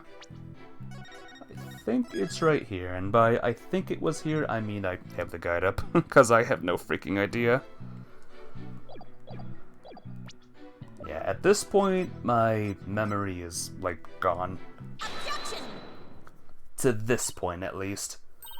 So, you saw the back of the stage from between the stage and the maintenance area? Well, let's take a look at this photo taken by Miss Scuttlebutt, shall we? This photo shows the students setting up the stage the day before the mock trial. Do you see the big construction screen to the right of the stage in the background here? Why, yes, in fact there were a bunch of those next to my house until a few days ago, too. It was so noisy behind there, but I couldn't take a peek. Oh, how it piqued my interest. Exactly, Your Honor. You cannot see past such screens. That is their purpose. Now, let's see. How exactly is that screen position again? Aha! Since it was to the right of the stage, it should be right here. And from this vantage point, the witness claims to have seen our client behind the stage backdrop. Oh my, but the screen would have been completely in the way. That's right. Therefore, the witness couldn't have possibly seen our client from this point. Heard. Youch. Got her. Order, order! Mr. O'Connor, have you been lying to this court? The screen, right. It must have slipped my mind. What? Are you telling me you, Mr. Genius, forgot something as literally big as that? There are two kinds of memory lapses. The normal kind you mouth breathers have, and the genius level lapses of memory that people like me have. Why don't you just admit that it was a normal everyday brain fart already? Will the witness now please restate what he remembers minus the lapses of memory? Heh, that's easy. I was on the other side of the screen. In other words, I witnessed Juniper from the stage side of the screen. You're testifying that our client was behind the stage. But need I remind this court the back of the stage is not visible from the front. To actually see our client behind the stage from the stage side of the screen, the witness himself would also have to be in the same area behind the stage. But in that case, our client would have definitely seen Mr. O'Connor. Heard. Youch. Nice one, Athena. Keep it up. Alright, golden boy. Is this not your chance? Telling the truth will be like a weight lifted from your chest. The truth? What truth? The fact that golden boy here was where he initially stated. That is to say, he was between the maintenance area and the stage. Objection. But then the screen would have blocked his view of... Objection. On the ground, yes, his view would have been blocked indeed. But consider how smoke always wants to rise up high. Athena, look at the photo again. Do you think... Something on the other side of the screen. Something high enough to see the stage. No way. This crane right here? But I don't remember seeing a crane there on the day of the mock trial. Me neither, but it's probably safe to assume it was moved before you found the body. That's far enough, Prosecutor Blackwell. Remember, you promised. I recall making no such promise. It was you who came blubbering to me about keeping quiet in exchange for information. Arg! What's all this about a promise? Is this about whatever Blackwell is using against him? And what's it got to do with going into the crane? Golden Boy did not go up in that crane for fun. He was working part-time as a crane operator within school grounds. What? Do you mean to tell me a high school student was operating a crane? Is that allowed? Is a high schooler allowed to operate cranes? I guess so, huh? The witness, I object to the prosecutor's last statement. No, absolutely not. Oh, dang. There's no proof I ever operated that crane. Actually, there just might be something that proves you did. What? If this whole part-time job thing is true, I doubt it would be limited to a single day. You were probably working at the same site the previous day, too. Is this what you're thinking of, Athena? Yep, as the court can see, this photo captured the crane's operator, and if you look carefully, he bears a definite resemblance to Mr. O'Connor.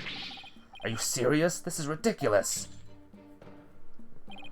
How very interesting. Let's ascertain whether this is as ridiculous as the witness maintains. The defense agrees with the prosecution. Let's bring the fact to light. That's all very well and good, but just how do you propose to do that? How do you propose? The person in this photo has one really distinguishing feature. Not 100% sure, but it's at least worth a try. You can clearly identify the person in this photo as the witness by examining his neck. The figure in this photo is wearing a very unique object around his neck. Why, yes, you can see it right there. But then, are you saying you mean to... and time for sleep? Aw, good night, Stars Over Hyrule. I will see you tomorrow, alright? Have an amazingly good night's sleep. Good night! Mr. O'Connor's neck is almost entirely concealed by his tall collar. But that's exactly why I believe this warrants further examination. No, not a chance. That would be a blatant violation of my privacy. You are a disgrace of a man. Now start unbuttoning that collar before I hack it off. Yeah, what's the big deal? Now let's see your neck. Your neck. Guess I have no choice.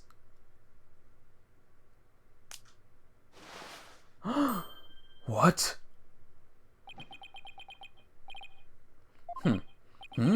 Oh my. So, where did you buy that neckband, if I might ask? I didn't buy it. It's handmade, and there's only one like it in the world. Well, it sure looks like the neckband is in the photo. Should we have the photo analyzed? Heh, you are one irritating lady. Fine, I admit it. I work a part-time construction job. It has nothing to do with our school. Operating heavy equipment's no big deal for a guy who can parallel park one-handed. How is this possible? How was he allowed to work a crane? But I never expected one of my jobs would take me to my own school. But when you factor in all of the required tests in an apprenticeship period, wouldn't you have to be at least 20 to have a license for operating a crane? Oh, about that. You see, I'm a genius, so, you know. Objection! You shouldn't be allowed to. You need training and license for that. Well, he just said he's a genius, so maybe he has one already. Let's dispense with this inane charade, Golden Boy. No, Prosecutor Blackquill, please don't! High school seniors are 19 at most, thus they fail to complete the requirements, but that does not apply to you. Does it, Mr. O'Connor? Why doesn't it apply? He's a senior, so he's around that age, right? No, don't, please! Actually, Golden Boy here is 25. He took a 7-year break from school. Wait, come again? Take a gander at the official school enrollment documentation. 'Tis all right there. Arg! Youch! 25? You mean he's older than me? A 25-year-old high school student? Alright, is he allowed to use a crane now, guys? Heh, a 7-year break. 7 years. I've just one thing to say. There are 2 kinds of 7-year breaks. The ordinary kind you mouth breathers take. and the genius kind people like me take. If he's got the license. If he's got the license, then yes, he is allowed. Objection! But a genius would quickly become a chore for a 7-year break. I think you have that backwards, Athena. Heh, even geniuses make mistakes. I just happened to make mine only 7 years in a row. Only Hugh could get away with using only like that. Enough of this jibber-jabber. Suffice to say, the witness was up to the crane when he saw the accused dragging the mat. The accused readied all she needed to move the body immediately prior to doing so. That much is clear. I see no need to deliberate the matter further. Considering the body was moved but in the same manner as in the script, I find Prosecutor Blackwell's claim to be quite persuasive. Does the defense care to dissuade me? As long as a mat was used to move the body, Junie's going to be under suspicion. Athena, I just thought of something. What was Hugh doing in the crane right before the mock trial? He couldn't have been on the job at the time. I mean, he was waiting for the trial to start. Yeah, why was he in the crane? Wait, you don't think... Your Honor? Yes, Miss Sykes? I've got it. I've got an amazing idea that will turn the prosecution's claim on its head. A little conjecture has never stopped us before. Interesting. Mr. O'Connor, you were using the crane to... move the yourself body. The body was just like it was in the script, so it must have been moved like in the script too. At least that's what the prosecution believes. How simplistic, even foolish. Those are pretty strong words, Athena. You sure about this? The witness is a licensed crane operator, so he could have used it to move the body. Objection! Well, Golden Boy, care to chime in? I intend to say no more on the matter. Save that this does not bode well for you. Wait, he's on my side this time? Or is this another trap? Heh, watch this. I can use a bow and arrow one-handed. Wow, that's a crazy level of dexterity. I can even drive a crane with one hand. That's easy. But operating a crane itself is so complex it requires both hands. Now, I would have the court look at this.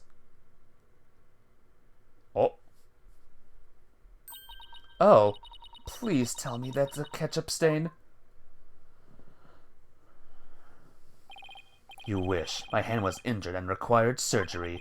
That's the reason I kept my hand in my pocket all the time. I have already verified this with the hospital of treatment. Quite a nasty wound, they say.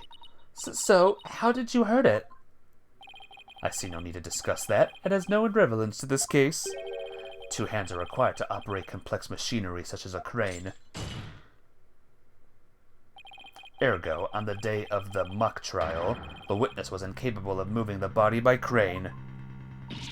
Now I'm the fool? I planned on moving the crane the night before the mock trial, but then I got injured. Wanting to keep my part-time job a secret, I had to do it just before the mock trial instead. Arg, and here I thought this was the big break we've been waiting for. Now that the defense's sophistry is laid bare, I would have the court recall my claim. The body was dropped out of the 3rd floor window to a mat near the maintenance area. Then a ball cart was used to move it to the stage, see? I've been paying attention. Well done, your baldness. Now consider this. The accused was sighted dragging that mat, ergo it was she who moved the body.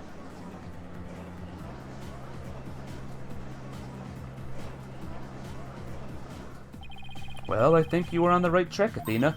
You do? Yeah, Juniper remains the prime suspect if we assume the body was moved per her script.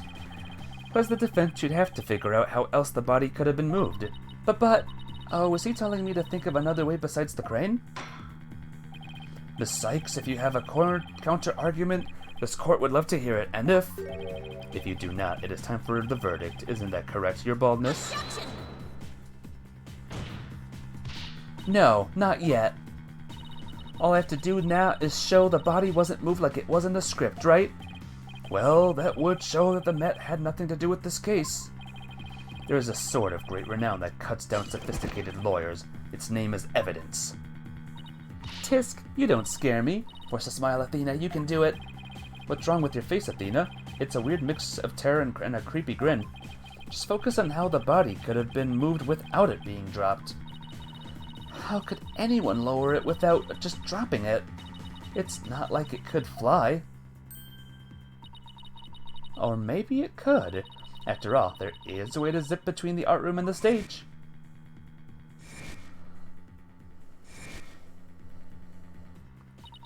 Someone could easily use that thing. Oh, yes, of course. Miss Sykes, the court would like to see what you have for us. All I have to do is show the tiniest shred of the possibility. The mat and ball cart weren't used to move the body. This is what was used. How about the school banner? Take that! The key here is the thing that ties the art room and the stage together. Might I propose an idea? It might do you well to tie your lips together, lest you further expose your ignorance. This isn't exactly the time for black comedy, Prosecutor Blackquill. Anyway, the court will recall the wire on which the school banner was hung. That wire was strung between the art room and the stage, which allowed students to run or reel in the school banner from the art room. The body could have easily been lowered down to the stage via this wire. Objection! Spare me your armchair theories. This wasn't some kind of high-tech high-wire act. The body surely would have fallen. Yet there are no signs of blunt force trauma. Oh, you surprised me, Prosecutor Blackquill. You didn't actually think I failed to account for that.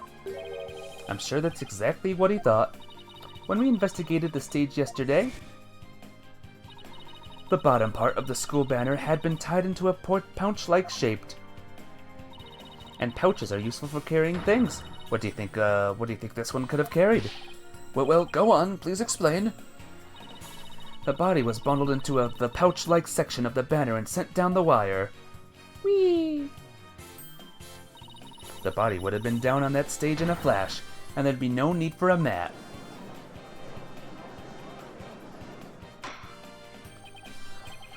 I've heard the phrase carrying the banner, but the banner doing the carrying? Objection! I've no patience for you and your cheap parlor tricks. Your claiming is as shaky as a corpse performing that absurd high wire act. If you have an actual objection, then just come out and say it. I trust you recall the bloodstains left on the art room pottery. If the wire had been used to move the body, it would have been via the window above the quad, the one with the winch. However, the bloodstained pottery was next to the window above the maintenance area. Ergo, the wire and banner had not at all to do with this case. Oh, haha, the bloodstained pottery, I remember that. Doesn't look good. We'd be back to the mat theory if you don't do something. Well, Miss Sykes, I hope you have something better this time than a circus act. If my wire theory is true, then that blood on the pottery must not have been the victim's blood. Maybe it's not the victim's blood. Did the police check to see from whom the blood on the pottery came from? Shame on you, Sykes Dono. Have a little more respect for the constabulary. Hang on a minute. Fulbright. Looks like they didn't check it. Don't let it get you down, Prosecutor Blackquill. Everyone makes mistakes. Spare me your cheek. We will know not either way until the tests are run. True, but in the meantime, I'm going to press my claim as far as I can. Your baldness. I demand that the blood on the pottery be analyzed this instant. Of course, it shouldn't take long to get the results back.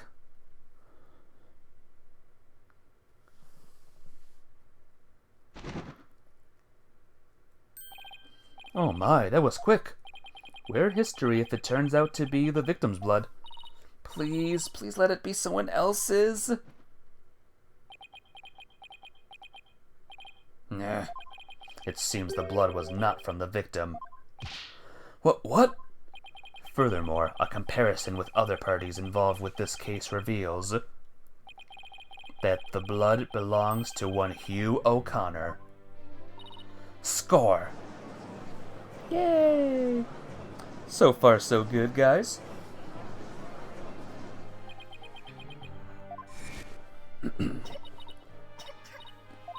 Don't worry, Junie. Just try to relax.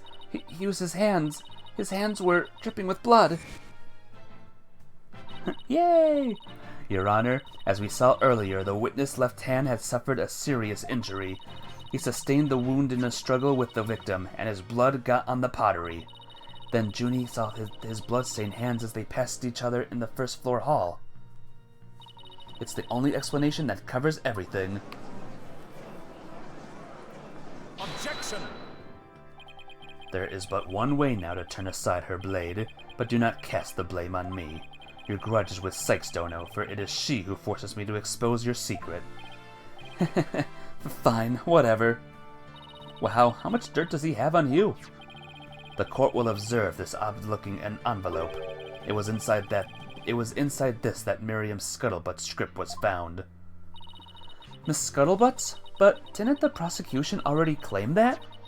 This envelope is the one that contained her script? Circumstances have changed. You see, Golden Boy had hidden this from us all. Let's see here. My word, talk about the world's most painful paper cut. Indeed, you can clearly see that if this envelope is not opened correctly, a powerful spring-loaded blade will shoot forth, leaving a horrible gash upon the hand. The only one who has been told of the correct way to open it, was Constance Court. Sis, you really want to see my script that bad? Well, you better watch out. Read it without my permission, and you'll wish you hadn't. Yikes, Miriam wasn't kidding when she said that. The blood on the blade is the witness's. Our genius here tried to sneak a peek at the wrong script, and paid for his foolishness. Ouch! This guy's the worst genius I've ever seen. Don't worry, Athena. The wound isn't that deep. We've still got the wire theory. Yeah, I've got it. Since the blood by the window overlooking the maintenance area isn't the victim's, there's no longer any basis for denying the body was moved using the wire and banner. Therefore, the defense once again asserts just that.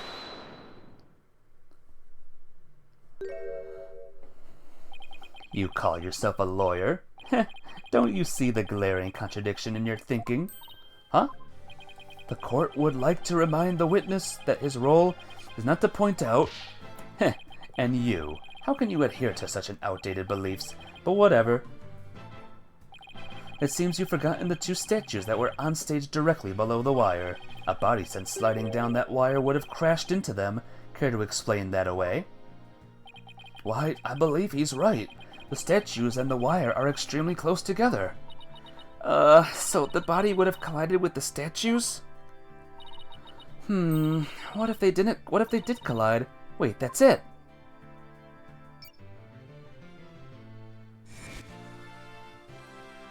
Speaking of those statues, we still don't know how they were broken. But if we assume the body crashed into them, that would also explain that loud sound we heard while we were in the waiting room. Oh, now that you mention it, you and Mr. Wright went out of the stage after you heard the sound, correct? Objection! Interesting. How very interesting. But may I ask just one question? When was it that you heard such a sound? It was a little after the mock trial had started. Mr. Wright and I were practically bored to tears when they're in the waiting room when... Ah! Precisely. If that sound you heard did happen while the body was being moved, that would place it during the mock trial. Oof! Which means the body would have had been there before the mock trial started. You see, right before the mock trial started, I saw the body. He said he saw the body before the mock trial. If so, then my claim that the body was moved during the mock trial doesn't hold water. Stupid contradiction. It's going to get me and our case killed.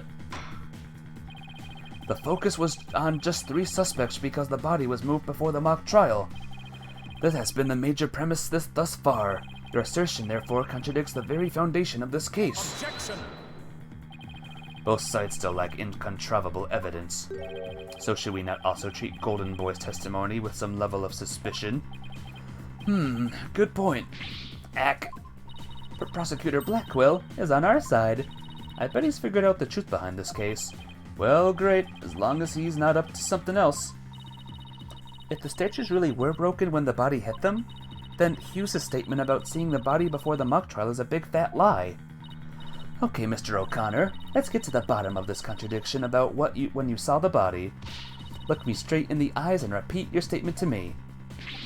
Arg, like I said before, before the mock trial, the body was, I shall only say this once, Golden Boy. You had best tell the truth, and do it now. That is, if your head wishes to enjoy the continued companionship of your body. Yikes. Now, out with it. Did you truly witness the body? Or were you just lying about it? Well, which is it? You what? I never saw the body. Are you sure about that? Lie to this court again and I'll charge you with perjury. There was no body on that stage. I've been lying about that this whole time. I'm sorry. Yes, we've exposed Hugh's big lie for what it is. But why would he lie about this to begin with? Order. The base premise that the body was moved before the mock trial has been overturned. I imagine this has an impact on both the defense and prosecution's case. Well, first I'd like to thank the prosecutor. This brings us one step closer to the truth. Now at least we know the body was moved using the wire and school banner. Indeed. That much I shall concede, Sykes Dono. The body was moved as you stated, and in the midst of the mock trial. So both sides are satisfied then? If the body was moved before the mock trial, we have our 3 suspects. But if the move took place in the midst of the mock trial, it is an entirely different story. Right. All 3 suspects were in the mock trial. That gives them solid alibis. Objection! How simplistic. Did you forget about the student in charge of the audio? And missed the mock trial. She was the only soul who could leave and re-enter the lecture hall. What's this? Who is the person in charge of the audio? Oh no. How could I forget? It was... Hey, what's the deal here? Why was Junie so large in this shot? Juniper was also in charge of the audio. When she wasn't in the trial, she was in the audio control room dealing with the music. Indeed, the one who could enter the art room and miss the mock trial to move the body was none other than the accused, Juniper Woods, for she was in charge of the audio. No! Well, why yes, I see, that does make perfect sense. This can't be happening. Instead of exposing Hugh's crime, Junie's in even deeper. No matter how you slice it, we're cooked. And here I thought Prosecutor Blackwell was on our side, at least on this issue. The Twisted Samurai strikes again.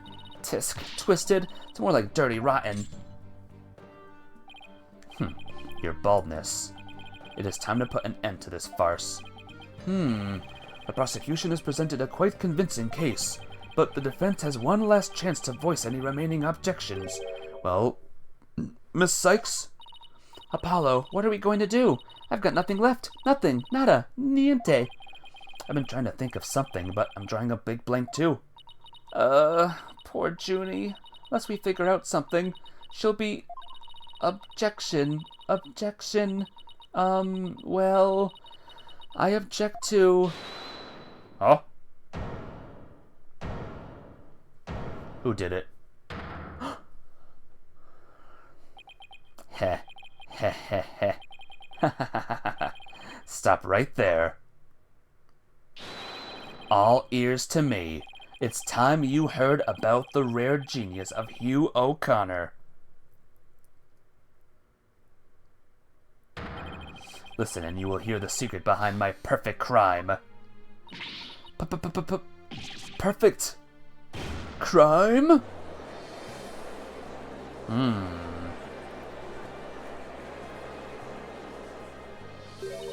Wait, this is some serious deja vu.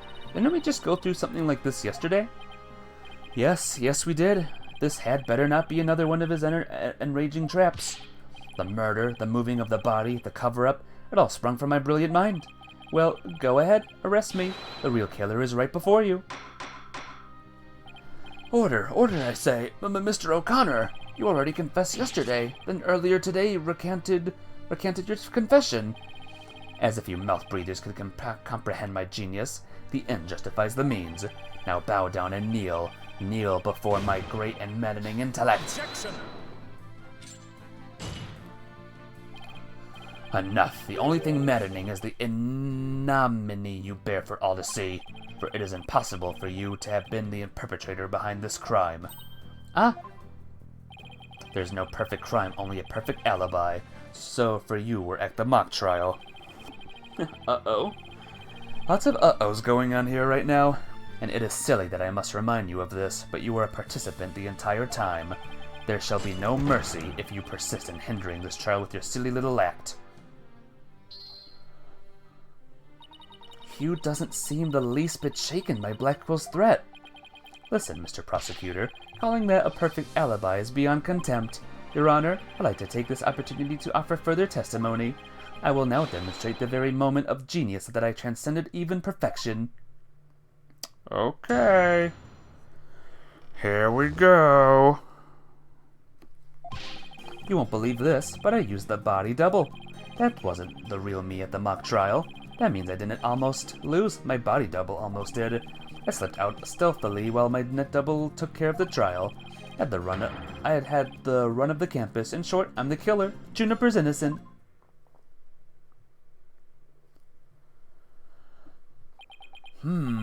I have a question I was hoping the defense and prosecution might help answer. Is it just me, or does the witness testimony make no sense at all? No, it's not just you, Your Honor. All I got from listening to that was a headache. Yeah, that was just plain weird, especially the whole thing about a body double. Well, I'm relieved it's not just me. And the prosecution? Your baldness. Summon an ambulance this instant. The witness is stark raving mad. Yes, I think that would be for the best. Now then, let's pretend that never happened and move on to my verdict. You people don't believe me? It's not a matter of not believing you. It's more along the lines of questioning your sanity. Yeah, the funny farm just called. They want their genius back. Shut your pie holes. The intellect of a genius transcends even logic. Besides, don't you guys have that weird device for testimony like this? We're just not a weird device, and I don't waste him on ridiculous testimonies. Easy there, Tiger. Think of it this way. We don't want a verdict to be passed just yet, so how about we give Widget a try? Well, this is against my better judgment, but I like to conduct a short therapy session. Your better judgment? I'm a judge and it's far beyond mine, yet I find it hard to say no. Prosecutor Blackwell, I trust you have no objections? Prosecutor Blackwell? The prosecutor said, "Rubbish, we will be out on a stroll," then left with Detective Fulbright. How does he get away with stuff like that? Is that allowed, guys? Him just leaving? Then I'll interpret that as a meaning he has no explicit objections. All right, Miss Sykes, you may proceed with your therapy session. As a rule, no. In fact, is he? I guess he is allowed outside, even if he is, like, a convict. You'd love that, Hawk. Oh yeah, Taka's great. I love Taka.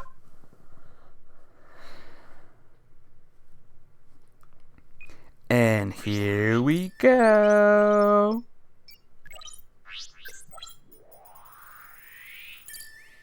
Yay! Uh-oh. Oh god. You won't believe this, but I used a body double. That wasn't the real me at the mock trial. That means I didn't almost lose, my body double did. I slipped out stealthily when my double took care of the trial. I had the run of the campus. In short, I'm the killer. Juniper's innocent. Give me a second.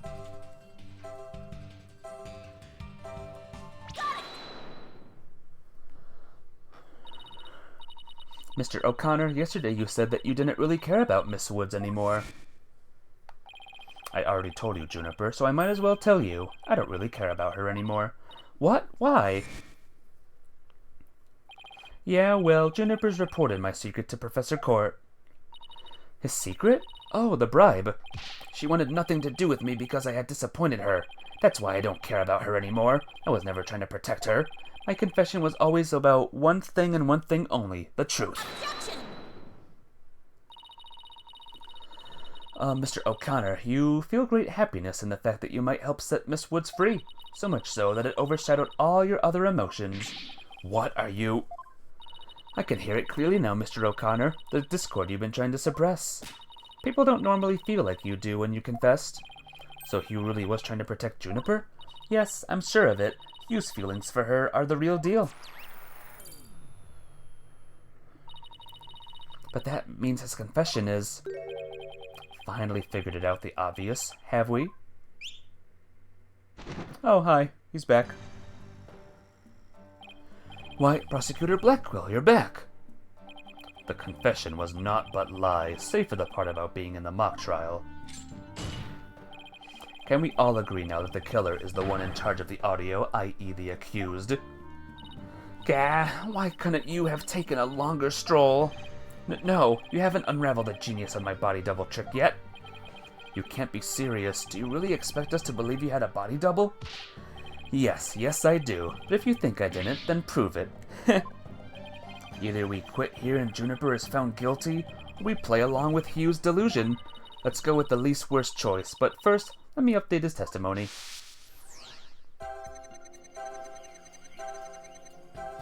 You won't believe this, but I used a body double. Wasn't the real me at the mock trial.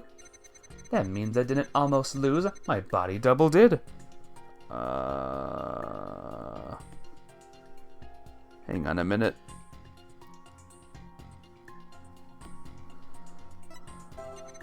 I slipped out stealthily while my double took care of the trial. I had the run of the campus. In short, I'm the killer. Juniper's innocent. Give me a second, guys. Okay. Whoops. That means I didn't almost lose, my body double did. No happy. I didn't almost lose, you say? Very odd. You exhibited happiness at the entire time, except during this statement. Arg, you don't know when to give up. Wait, now that I think about it. No, don't. Stop making stuff up. When I left the lecture hall, it was during Professor Means's pre-trial speech. That's when I moved the body. I then slipped back just before the verdict. So you're saying you were in there the moment your double was about to lose? Yes, I was. Naturally. I wasn't happy when I saw that. In any case, I was at the far end of the lecture hall behind the screen. I figured no one would see me if I came and went through the doors there. Sykes Dono, how much longer will you indulge him in this charade?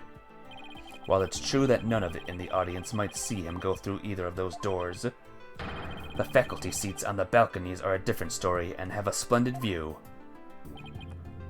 Heh, I thought you could do better than that.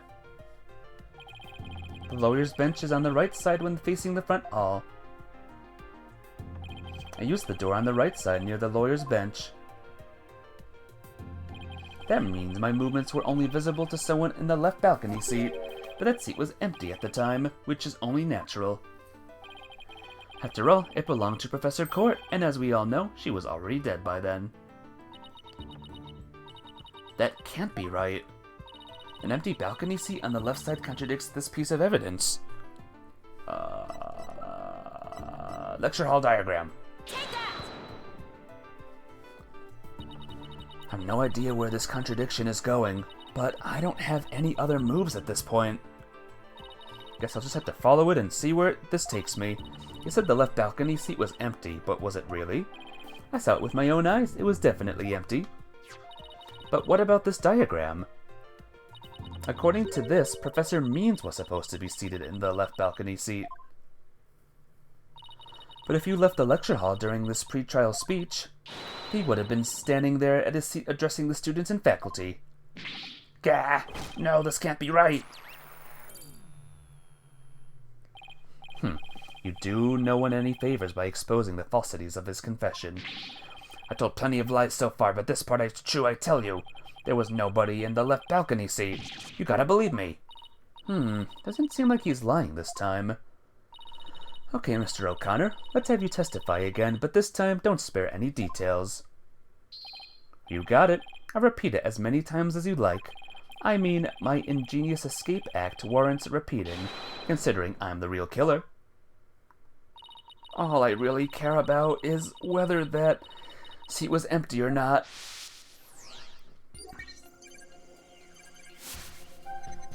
The second floor was deserted.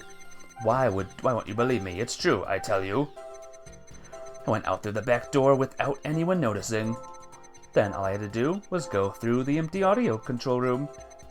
It leads into the hallway, so I was perfectly capable of moving the body. Okay. All I had to do was go through the empty audio control room. Sad.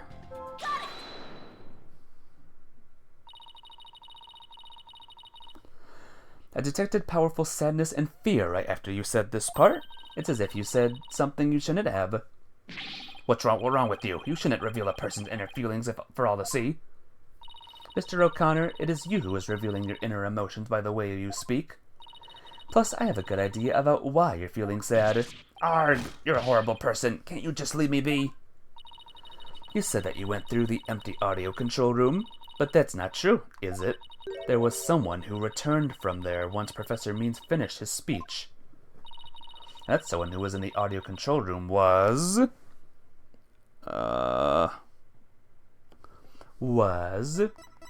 Juniper Woods. I know you realized there was a problem with your statement as you were saying it. That's why you felt so uneasy. If the audio control room really was empty, that would mean Miss Woods was roaming around the campus. Ugh.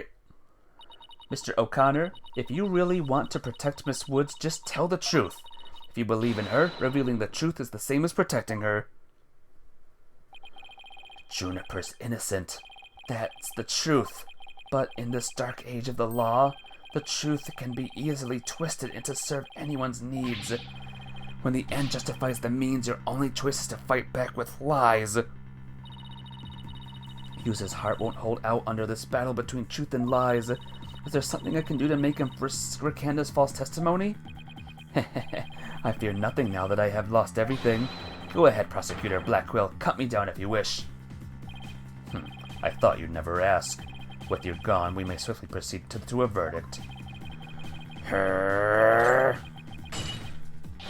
Yeah! And he's free again. He broke out of his shackles again! I don't want to be the poor accountant down at the detention center. Hugh O'Connor, in deference to your valor, I will limit your suffering with one clean blow. Could you wait just one moment before you cut him down? Silence. Do not come between a samurai and his foe, Sykes-Dono. Eek! Ever learned about this in law school? Careful, prosecutor. Remember that shocking experience you had last time? Very well, Golden Boy may live. For now.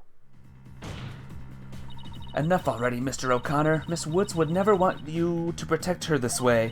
She values the friendship between the three of you more than anything. That's where you're wrong. She doesn't feel anything for me now. But what does it matter anymore? I might as well tell you everything. This is no doubt news to you, but I am not and never was a genius. Sorry, but I already knew. Me too. And don't forget me. though in all fairness it was pretty obvious. I thought he was a genius at first, but the stuff he said was crazy. Arg, no need to rub it in, just shut up and listen. It's all started several days ago. I accidentally learned that my parents have been paying good money for my grades. But that's bribery. So the bribery wasn't Hugh's idea? All of my perfect scores were the product of cold hard cash, not genius. Even worse, when I confronted my parents about it over the phone, Juniper overheard me. Oh my, what a terrible misunderstanding. I've been living a lie. I don't know what else there is to say. I'm no genius. I'm completely worthless. A perfect 0. Welp. Poor guy. Hugh. Even so, I still wanted to make it up to Juniper for disappointing her like that. That's why I wanted to clear her name by pinning the blame on me. I mean, she probably hates me now, so it'd be a relief for her to see me locked away. If you were trying to help her, then why did you testify against her? You were the ones who told me to tell the truth yesterday, so I thought if I did, it would help her. He wasn't trying to provoke us? It looks like we seriously misunderstood him, in more ways than one. At the detention center yesterday, Junie was in tears when she opened up to me. But the truth is, the friendship between the three of them is still rock solid. There was something that could help me prove that to Hugh. We even have proof of our friendship. Yeah, as long as our friendship lasts, you can bet we'll be carrying them around. I know. What about that proof of friendship they mentioned? I wonder where or what it is. I didn't buy it.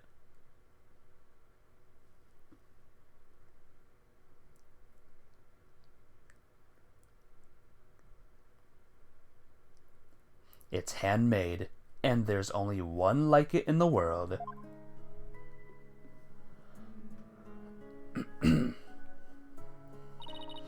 Maybe it's... No, that's definitely it. That band around his neck. Mr. O'Connor, that band around your neck, that's your proof of friendship, isn't it? Proof of friendship? Is that anything like a proof of purchase barcode? In court, evidence is everything. That's why the three friends created friendship bands. It's the evidence that proves their friendship. Ho ho, how very interesting. And chic. Or chic. Hey Zero, how you doing? What's up? If they have doubts about their friendship, they can look to the proof they have on hand. That's why Mr. O'Connor's hand always goes to his neck when he is pressured. It proves he still has feelings for friendship toward the other two. It doesn't matter if I wear it if those two... But they feel the same way too. I know they wear their friendship band somewhere. Junie and Robin must both feel the same as Hugh. I just know it. Everything Hugh has said leads me to believe that. In fact, he may also have just told me that the others wear their proof of friendship. Where they're easy to touch. All we have to do is think back to their testimonies. Ready? Miss Newman holds her arm when pressured. And Miss Woods holds her wrist. I know Miss Woods very well. She would never abandon her friendship with you over something like this. And taking the blame for her will only succeed in making her terribly sad. Arg. Arg. Arg. Ah.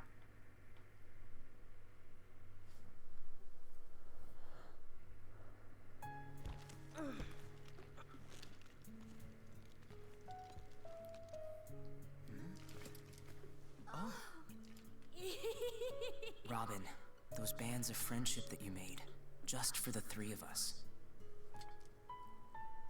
You may have forgotten about them, but not me.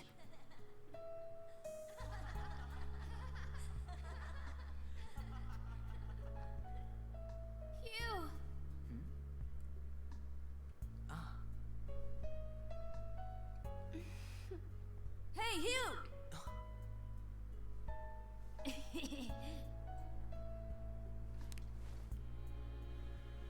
And to think, I should have known better than to doubt my best friends.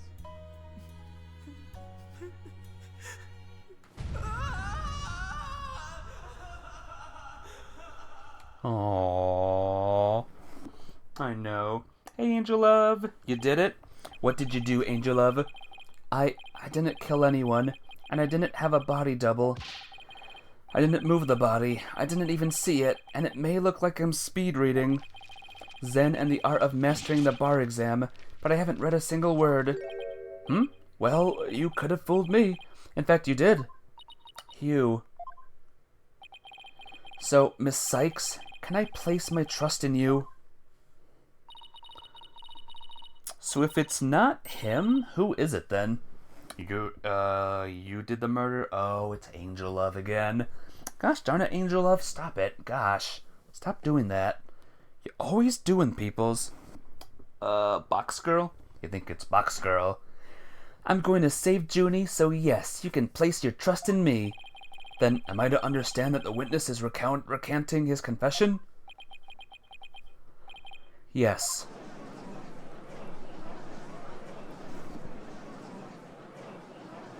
It's Maya Fey? Oh, it's Maya Fey.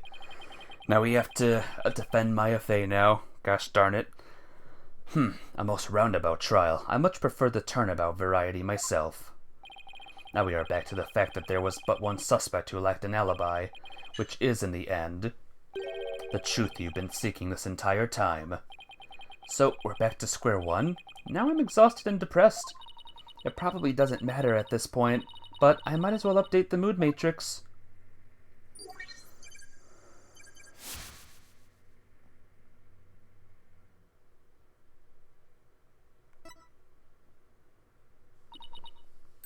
Huh? Does this mean... Further resistance is futile. The time for a verdict is nigh. Please wait. What sort of devilry are you up to now? What if our client wasn't the only one without an alibi? The trial would continue, right? Well, yes, I suppose it would. But after such a thorough investigation, does such a person really exist? Yes, we found someone. It may have seemed like a major roundabout, but once Mr. O'Connor's testimony has cracked this case, there's no more noise. Hughes is telling the truth now. During the mock trial, the balcony seat opposed him really was empty, which now means there's one person unaccounted for.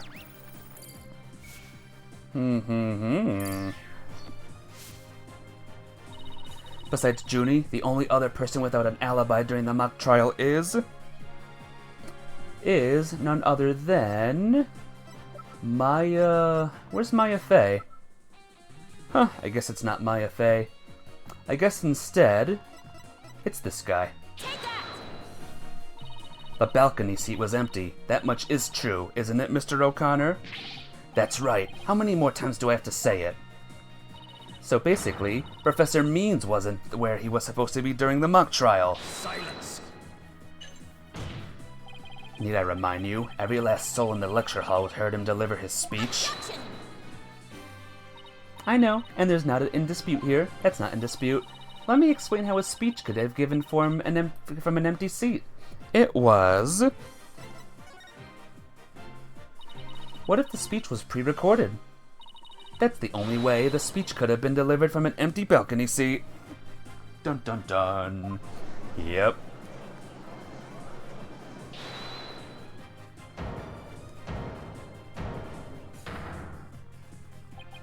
Wait, are you accusing Professor Means? That's insane!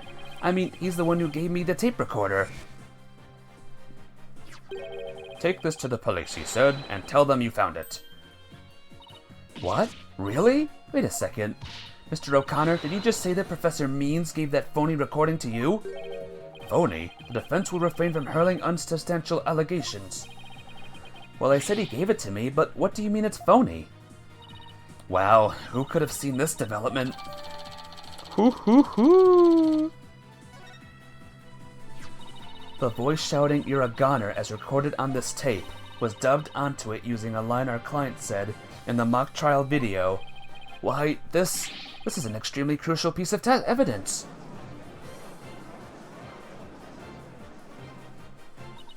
Professor Means gave Hugh the phony tape.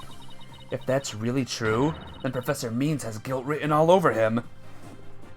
People who saw the professor's creepy smile. Oh. Your Honor, the defense moves to call Professor Aristotle Means to the stand. Silence. The seat was never empty. 'Twas but an oversight by our dullard of a witness. An inmate who was formerly a surgeon once told me something. He said it's often all too easy to overlook critical symptoms. Well, we're not going to overlook this oversight. If the speech was pre-recorded, the basis for suspecting our client would be shattered. Let's check with Professor Means and she will see whether the empty seat was a witness oversight. A verdict will without first looking into that would be inconceivable. That's enough, both of you. Now, here's my opinion on the matter. While the surgeon overlooking critical symptoms is a problem, a witness oversights too must not be overlooked. Thus, it's a matter of whether Professor Means was or was not in this faculty seat. I believe we must ask the professor himself. I agree. Professor Means should be here in the gallery today. Do as you please. Alright, guys.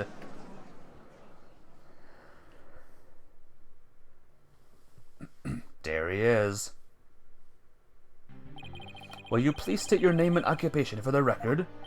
Certainly. I am Aristotle Means. I teach the lawyer course at Themis Legal Academy, and let me add this while I welcome any opportunity to assist with the trial. I don't care for this undue suspicion. Don't worry, Professor. We're just interested in the mock trial video right now. We just need to take another look at that speech you gave. Can we count on your cooperation in this? Very well, if that's all you're interested in. Please proceed, Miss Sykes.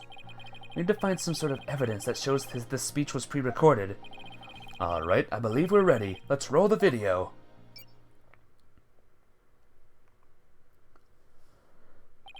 Good afternoon. I would like to start by thanking you for coming here today. The mock trial, the crown jewel event of the school festival, will begin shortly. When I was a student, I too could hardly wait for this day to come. Oh no, I'd forgotten how long and boring his speech was. Wake me up once this is over. Hey, no fair. The experiences of our youth have a powerful and profound effect on our adult.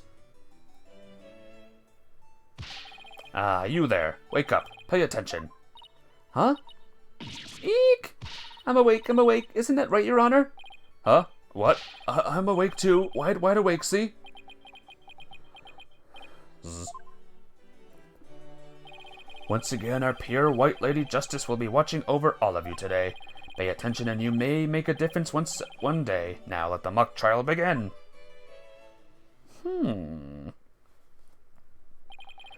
That is about it. One of my better speeches, if I do say so myself.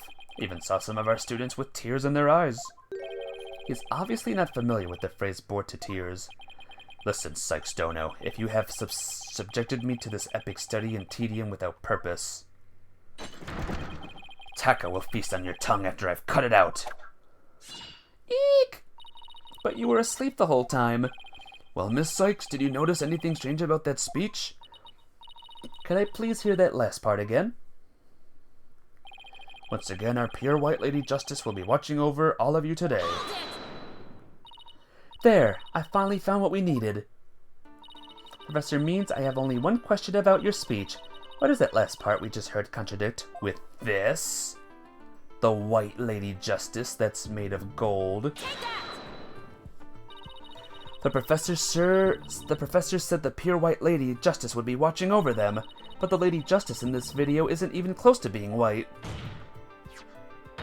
It's as gold as gold can be.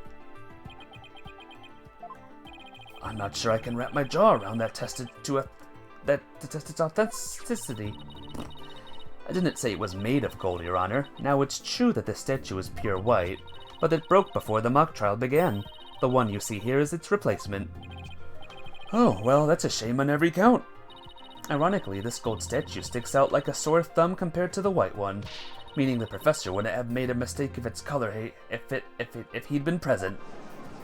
Oh. It seems that I have caused some confusion, but it was merely an oversight on my part. That statue was in the middle of the room. How could you not know what it looked like? Well, I was in a balcony seat. Furthermore, the statue had previously been white. I'm afraid this isn't sufficient evidence of the speech being pre-recorded. We had her answer long ago. The accused was the only one to leave the lecture hall. No, wait. There's got to be something that can prove that the speech was pre-recorded. According to the mock trial video, the speech started here and ended here. It was a little over 10 minutes, but I doubt anyone wants to be tortured again. It was only a little over 10 minutes? It felt like it went on forever. How do you figure out how long it was? Easy. There's a timestamp in the top right. All you have to do is subtract the time the speech started from the time it ended. The speech goes from the 10-minute mark to 20:35. Wait a second. I could swear I've seen the same interval of time listed among the evidence. Maybe there's a way for me to use the speech time to show that it was pre-recorded. The voice print analysis. I would like the court to take a look at this. And this is the voice print analysis that proves the voice on the tape recorder belongs to our client. Yes, but didn't we just establish that the voice in the tape recorder was a fabrication? We did, but what I'd like to focus on is the noise that is also there. Noise? Yes, the defense believes it resulted when the tape's previous recording was erased. And what do you hope to prove by that? The length of the noise is what's important. It's 10 minutes and 35 seconds in all. And what did the timestamp read at the moment Professor Means began his speech? That would be exactly 10. Well, let's fast forward this long-winded exercise in boredom to the end. Okay, stop. The video timestamp now reads 2:23, or 35 rather. But based on this, we know the time it took for the speech alone. Right, subtract 10 minutes and you get 10:35. 10 minutes and 35 seconds? Right, 10 minutes and 35 seconds, the same as the noise on the tape recording. I assume you all understand what this means. Professor Means' pre-recorded speech has been where the noise is now. Silence. You seem rather confident considering this is a mere happenstance match of numbers. But is it really just numbers? The lab is continuing the study of the tape. So far they found signs of overdubbing, but it's going to take a bit longer to recover the audio that was erased. The police are analyzing the noise as we speak. It won't be long until we know what was originally there.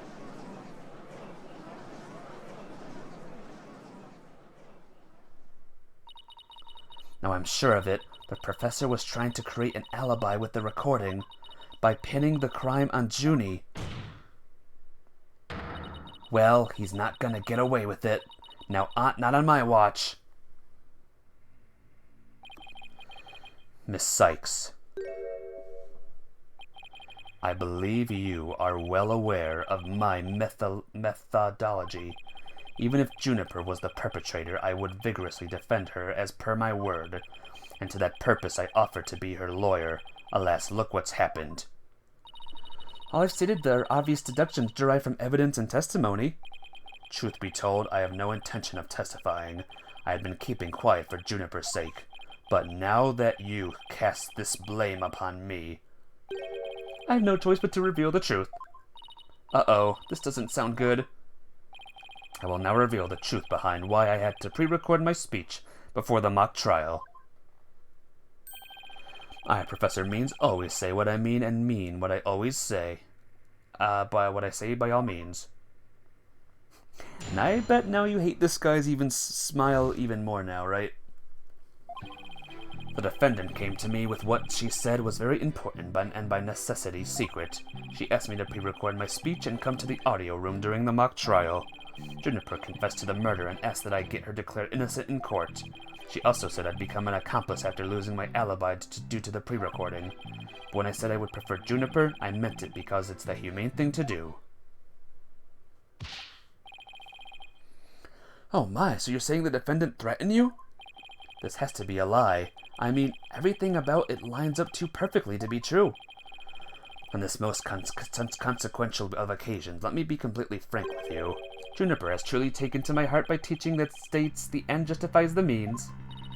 I don't believe you. When she asked me to defend her, she said I must also prove her two friends innocent. Her two friends? The witnesses? Correct. Hugh O'Connor and Robin Newman. I was to ensure all three walked free. All three were to achieve their dream. That was the result Juniper was seeking. And she was even willing to threaten me, her own professor, to the end. You no doubt had high praise for her ruthless tactics. Yes, well, that is why I vowed to vigorously defend her despite her threatening me. There was a time when lawyers merely sought the truth if they wished for victory in court. But, alas, those days are over. Now, in the defense of justice, order, and all that is good, the end justifies the means. I am so sick of hearing that phrase. Though it is truly grieves me so, I must tell you this. Forsake the truth if it's victory you seek. Steel yourself for this new courtroom reality. That does it. He's gonna regret dragging those dismal, depressing ideas in here. Since he's already surrendered to the dark age of the law, it's up to me to fight it. Why so silent, Sykes-Dono? Something the matter? This is a court of law. It's no place for long-winded talks about idealistic principles. That's why I'm going to let the evidence do the talking. Let's not get carried away now, Miss Sykes. It will not do to have you attempting to discredit my doctrine. Do not force me to rectify the situation. No, go ahead and rectify it. Only if I lose and you win, that is.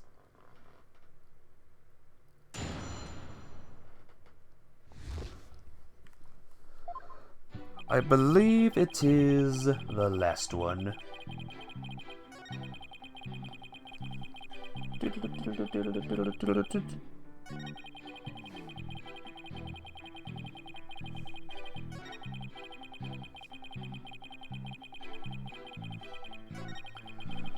But when I said I would protect Juniper, I meant it because it's the humane thing to do. Really? Well, what about the tape recorder? So let me get this straight. You were trying to help Miss Woods? Ha! That's nothing more than a bald-faced lie. No offense, Your Honor. Such defamation of my character and your hair follicles, Your Honor. It is an outrage.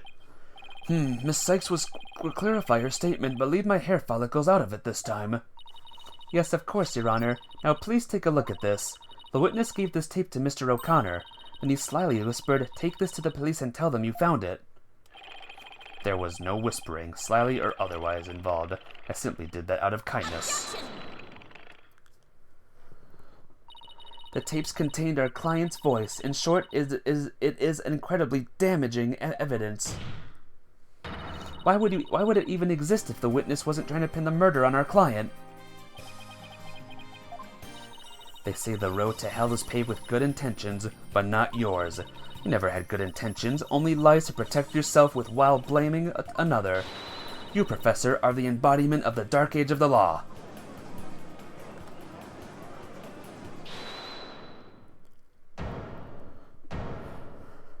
Uh-oh. Well, why, you dare call my teachings and methods lies? Oh. Oh dear.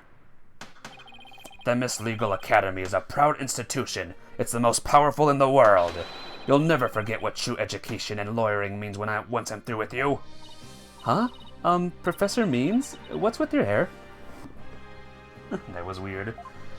Quiet. No talking in class. Ow! Homeroom, October 26. Eyes and ears up here, everyone. Homeroom is now in session. We will begin with roll call. Athena Sykes. Huh? Oh, here? Apollo Justice. I'm fine. Here. Fool. The proper response is here, without any extraneous information. Ouch! Here. Next, Your Honor. Here. See, class? That's the proper way to answer. Simon Blackwell. I said Simon Blackwell. Are you here or not? There's always one, isn't there? Well, then I'll just mark you absent. Now, get out of my class this instant! Get out. Very well, if that is your wish. Who am I to defy my homeroom teacher? Is that such a good idea? Prosecutor Blackwell is free of his shackles. Wag! It just so happens I was a member of my high school's disciplinary committee. Is that really so shocking? Constabulary lapdog to teacher's pet. What a malleable mutt you are, fool Wright. Very good, Bobby. You just earned a gold star and a promotion to head disciplinarian. Alright, class is now in session. Arg, why do I have the sudden urge to go to the nurse's office with a stomach ache? Main point, Juniper is the killer, I am innocent. Pay attention, I am not the killer. Juniper is. This will be on the next test, so you had better be listening. But Professor, you created that phony tape to pin the blame on Juniper. Plus, you were the only one who could have moved the body during the mock trial.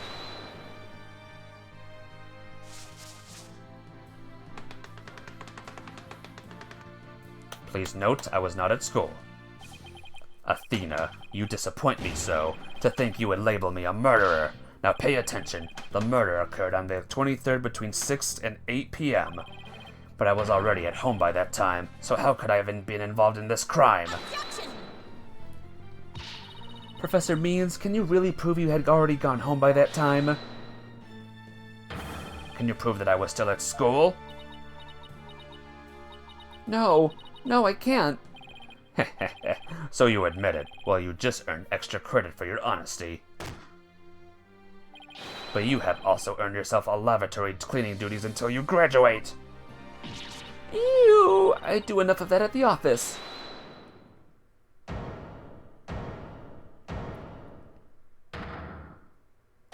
No way, man. I totally object. Robin? I can't believe I fell for the professor's silver-tongued lies. Why, you? How dare you talk about your teacher like that? I'm not listening to you anymore, man. No way, no how. Hey, Johnny. You enjoying this so far?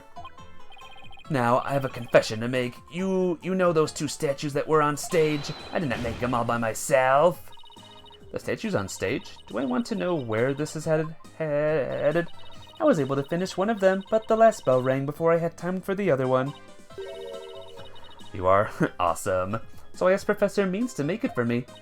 In other words, the professor was there on the stage after the last bell?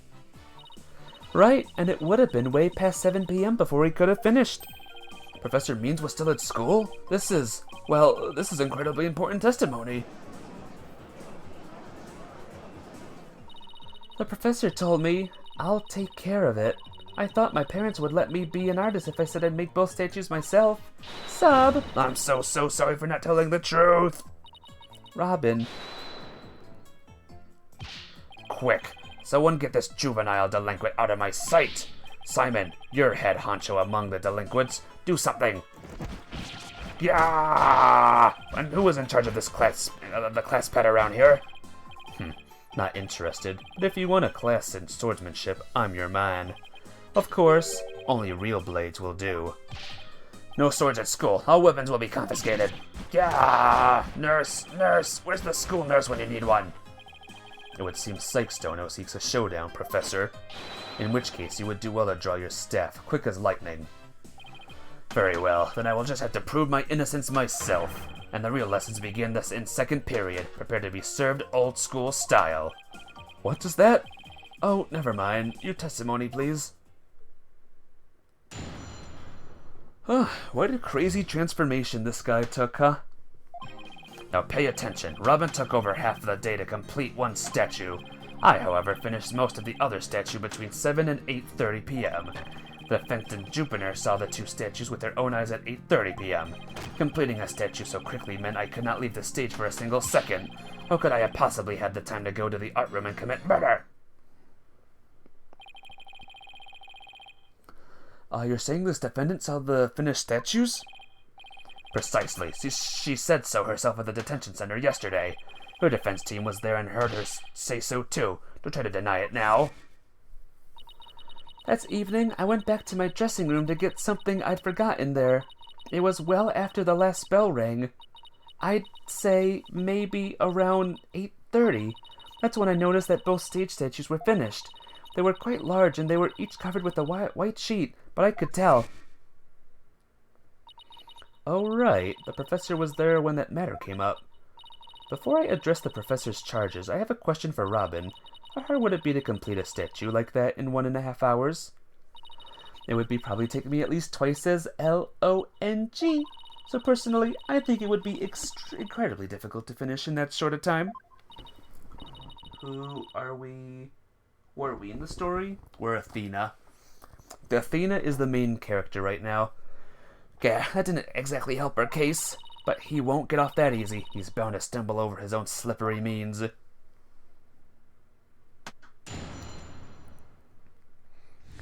We are actually close to beating this chapter, so I'm gonna keep streaming until I beat it, if that's alright, lads. We're almost done. Oh, pay attention. Okay. I, however, the defendant Juniper saw the two statues, completing a statue so quickly means I could not leave the stage for a single second. Why were you in such a hurry? In the legal world, your body is your capital. The early bird gets the worm. Okie dokie. Okie dokie. That's why I get to bed at 9 p.m. each and every night. And that's why I was working as fast as I could. I did not want to miss my bedtime. Grrr. Well, ready to concede that I never left the stage? Well, Miss Sykes, do you accept the witness's claim? Yes, I accept it. I've tried everything, but I still can't prove anything. Tisk, I guess I concede. I couldn't hear you. Say it louder this time. I concede that Professor Means never left the stage. That's right. What took you so long? I was there at the stage the entire time. I couldn't possibly have committed the crime. I'm not gonna give up here. I'm afraid I have to side with the witness, Miss Sykes. And unless you have any further objections, I'll have to put this issue to rest. Not yet. The defense still has an objection. Athena, you've thought of something. Well, as I said, not yet. Oh, so it's time for legal smoke and mirrors. Not yet, Athena. It's not yet time to quit. It's at times like these when it seems like there's no way out that you have to... Yeah, I have to turn this case upside down. Instead of focusing on whether Professor Means could have gone to the art room, I should focus on how he could commit murder without going there. It seems our young lady has a real bona fide idea. But I'll use any means necessary, even casting stones, if it'll distract her. Who brought this bird to school? Sykes, Dono. If I hear one word of your usual jibber-jabber, I shall have your head. The murder occurred in the art room, yet the witness was on the stage. How do you propose to fill the vast gap between these two key factors? If I accept the premise that the professor was on the stage the entire time, the only answer is that we got something else wrong. Wait, that's it! Every last one of us made a huge mistake. We're totally wrong about the... crime scene! If Professor Means was on the stage the entire time, then he must be the killer. Ridiculous. The defense has become utterly incoherent. No, it's just the murder wasn't committed where we thought it was. Continue, Sykes, Dono. Okay, the murder was actually committed here. On the stage. The greatest riddle of this case has been how the body was moved from the art room. But if the murder occurred on the stage, that means the body was never moved at all.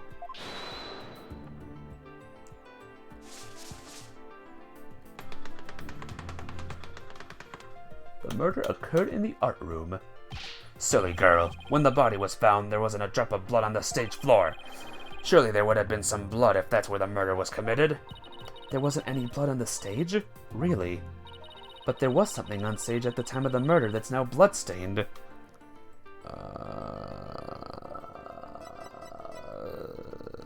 School banner.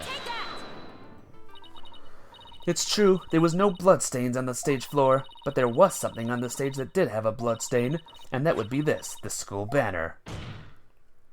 No blood would have gotten on the floor if this were under the victim when she was killed. Oh my, that's quite a compelling theory. Silence! What is it now? My theory makes perfect sense.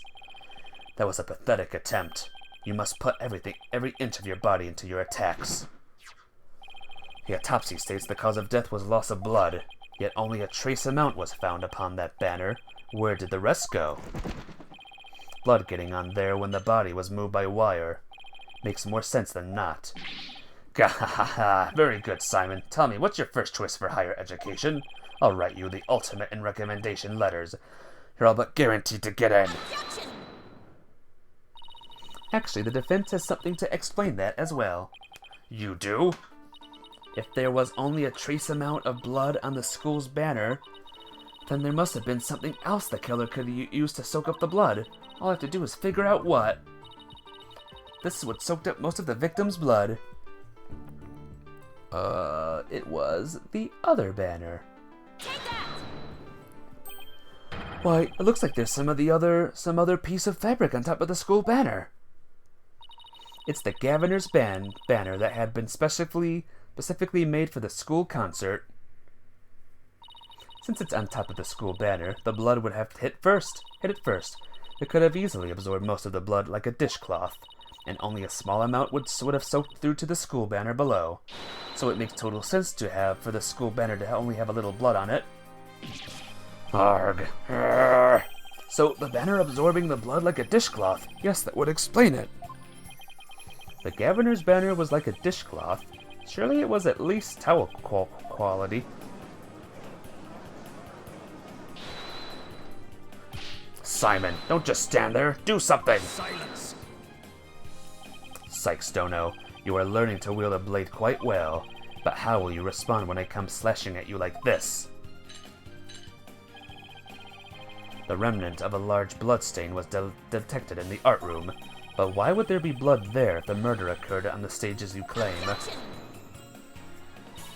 The bloodstain in the art room was faked. How? I'll tell you how. All that was needed was something that could transport the blood upstairs, and that something was a piece of evidence we've just finished discussing. The killer used this to bring the victim's blood up to the art room. It was Lady Justice. The killer could have used this to transport the victim's blood. Okay, guide, you're wrong. Oh, burnt fragments. I got it wrong. Well, we know what the next one is at least. Eek! Ugh, I guess it really wasn't. It's tired. I'm tired. I'm reading things wrong. But we're really, really close, though. You think you'd stoop so low as to present mere garbage to this court? It's only garbage because someone tried to destroy it by tossing it into the incinerator. That someone was most likely the killer seeking to get rid of crucial evidence. The killer used the wire to bring the blood-soaked Gaviner's banner to the art room. Then the blood was wiped onto the floor to complete the ruse. It makes perfect sense. Gah! Gah!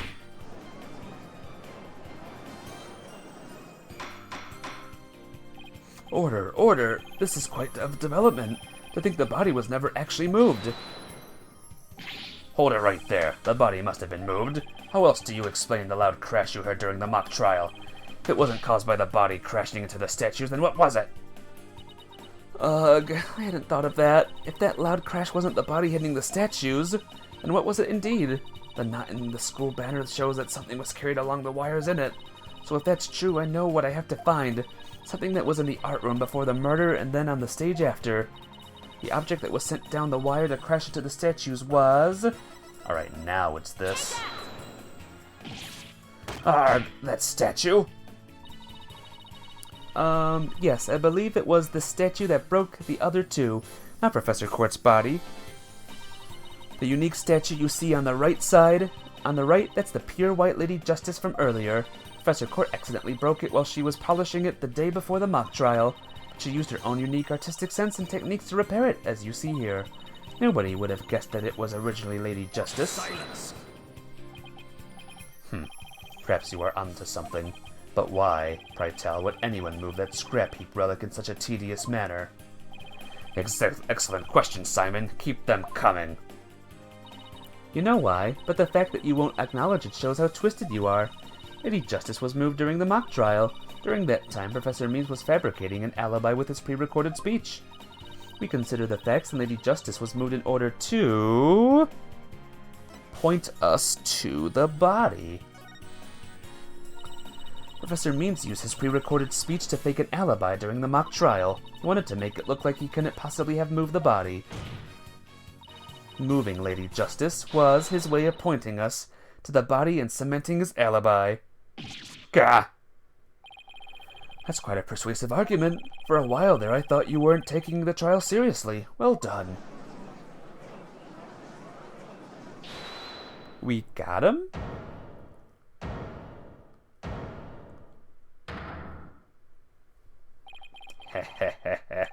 You should never underestimate me, Athena Sykes.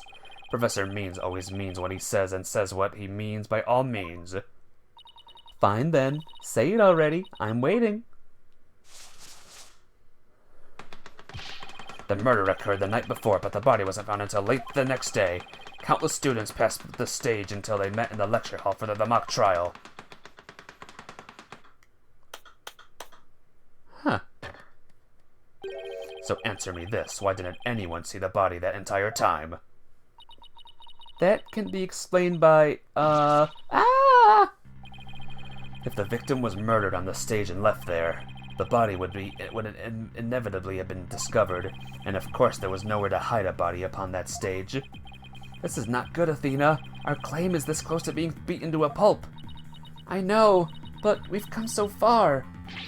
Gah, consider yourself schooled. I couldn't have possibly killed anyone. The killer is none other than Juniper Woods. It always has been and always will be. Arg. Just wait a minute. Poor Juniper. She must seriously regret having asked you to defend her. And to add insult to injury, you nearly had Hugh convicted for murder. Surely you haven't forgotten that little fiasco. Arg.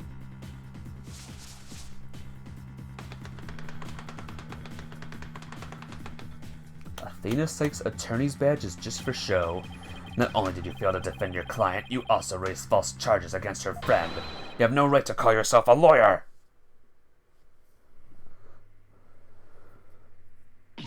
Ah!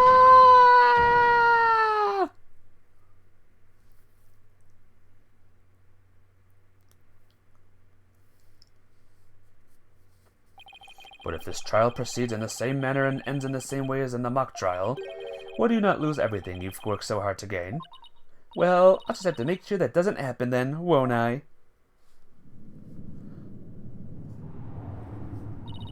Don't tell me I failed once again. Failed to save someone near and dear to me. I've worked so hard to become a lawyer and even studied psychology. Has it all been for naught? Am I just doomed to relive that all over again?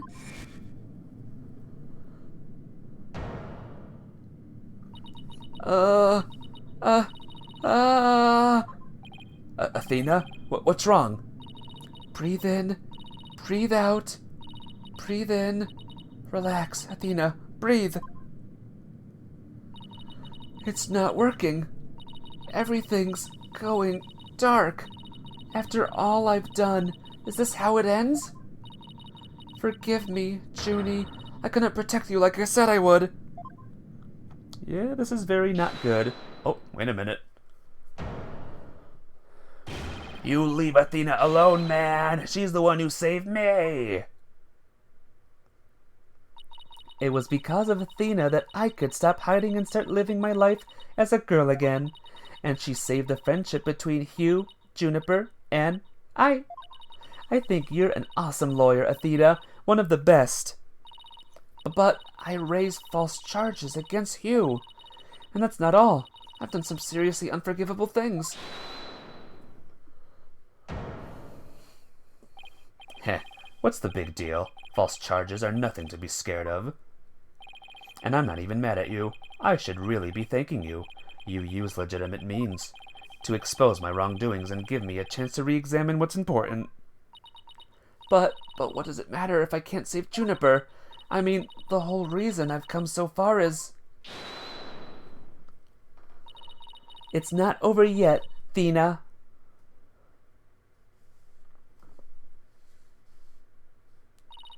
Even now, at this very moment, I still believe in you.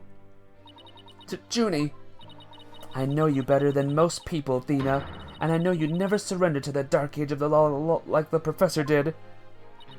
Thank you, Junie, but I feel like I can barely breathe. I don't know what to do. Silence!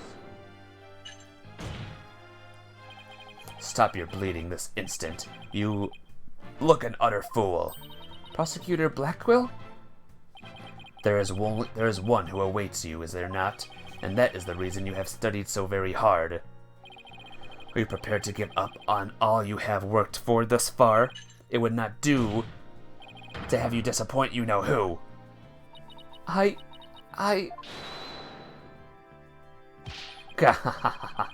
You're wasting your time. You have nothing on me. No evidence or anything else to establish my guilt. The bright, cheery, dark age of the law. You are helpless before the might of lawyers, for whom the end justifies the means. Objection! Don't worry, Athena. You're doing fine. The truth will always win against people like him. But Apollo, what am I supposed to do now? Listen, all you have to do is take a deep breath and look back over the entire case. If there's truth to be found, and there always is, you're sure to find it. Now let me see you smile. Remember what Mr. Wright said. The worst of times are when lawyers have to force their biggest smiles.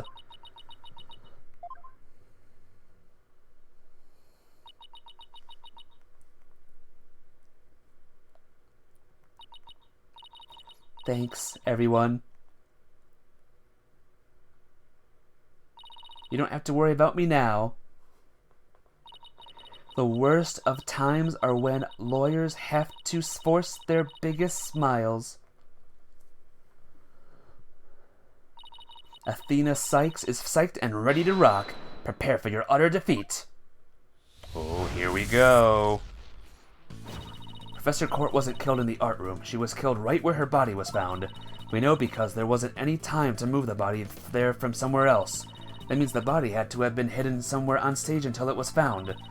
Let's think along these lines and see where it takes us. First up, when did Professor Means remove the body from its hiding place? Well, let's see. What was he doing right before the body was discovered? He was using the span of time his fake alibi created to move the body to where it would be more easily spotted. Therefore, the only time Professor Means could have removed the body from its hiding place was... The body was moved during the mock trial. It was during the mock trial, specifically... during the speech. The body was moved during the speech. Professor Means moved the body to an easily seen location during his long, pre-recorded speech. The professor also moved something to the stage that wasn't there before. Specifically... The White Lady Justice was also moved. During the mock trial, Professor Means wrapped the White Lady Justice in the school banner and sent it zipping down to the stage with a crash, killing 2 birds with 1 stone. He drew attention to the body and made it look like the murder occurred in the art room. But was there anywhere to hide the body on that stage? Does it seem likely? No, there had to have been some place. Wait a second. How about something that shouldn't have been finished but was only mostly done? Something that was used to cover the body up, but it didn't draw undue attention because it looked like it belonged there on stage. In that way, no one would suspect there was a body hidden inside. What was already on the stage and capable of concealing a body? It was... The body was hidden by Wright's statue! Oh, I know. The Mr. Wright statue was never actually finished. The body was wrapped under some cloth to hide what was really inside. Cleverly disguised it as the boss's statue. Woo! Miss Newman gave up on the Wright statue, yet Professor Means finished it in a single night. Yes, what an impressive feat that was. No, his so-called work of art deserves none of our praise. That's because it was only a facade to hide his real work.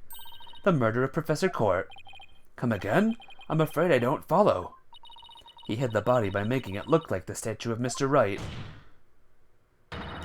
With the body wrapped under a piece of cloth, it looked just like a statue. What? I second the what? Now this is getting interesting. No, this is getting preposterous. Nobody may speak but me. How would such a thing even be possible? We'll never know until we try. Uh-oh. I think I know where this is going. Okay, Apollo, time to turn me into a reasonable likeness of Mr. Wright. I'm going to pose like the statue, like so.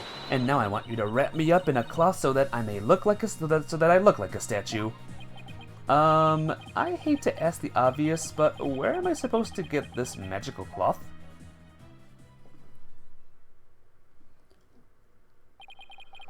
I'm afraid that isn't the right color, Mr. Justice. Well, given how sudden the request was, it's kind of the best I could do, Your Honor.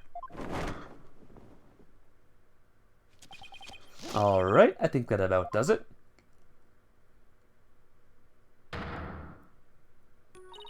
Well, what do you think, everyone? Do I look just like a statue of Mr. Wright or what? Looks like some random person to me. Weren't the statues a pair of busts? Phoenix Wright has that spiky hair on the back of his head. Forget the hair, the statue's head is way bigger than your average person's anyway.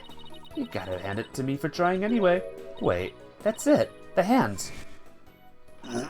Her arms are raised over her head and there are dark bruises around her wrists. Yeah, the professor was probably tied up with something. This is silly, isn't it, guys? The marks on her wrists indicated she'd been tied up. Apollo, tie me up in a new pose. Wait, you're not into this kind of thing, aren't you? What? No, besides it was your idea. Just tell me how to tie your hands already.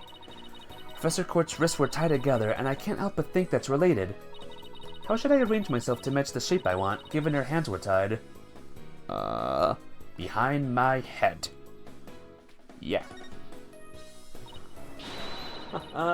Bondage joke. I know, right? Apollo, tie both of my hands behind my head.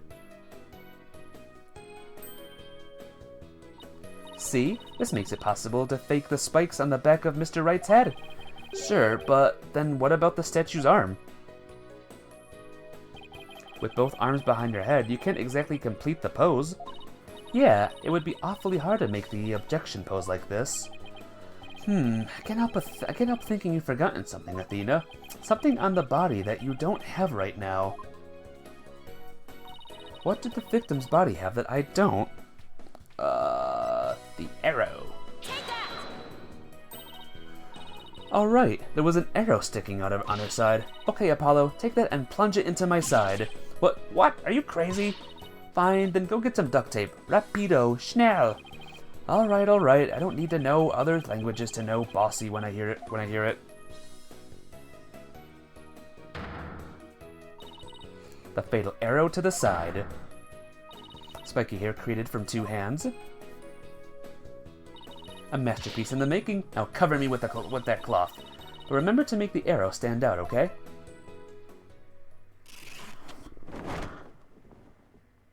These people are so ridiculous. Oh yeah.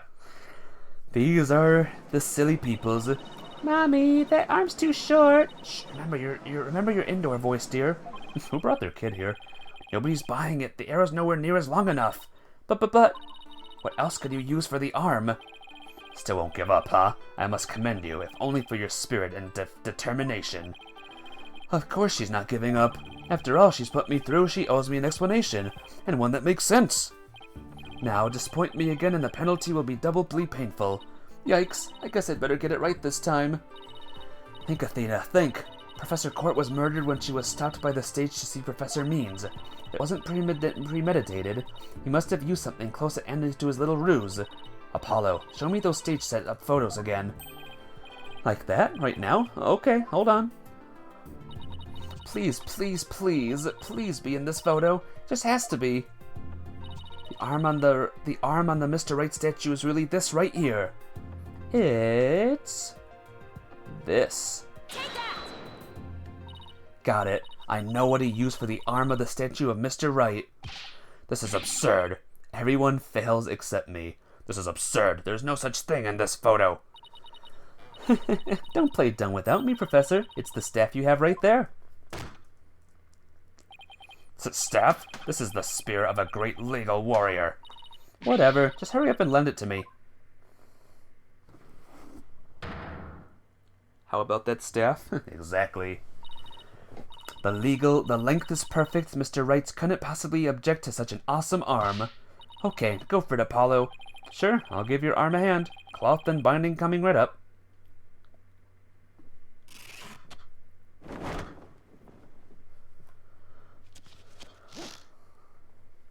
Objection! Ha.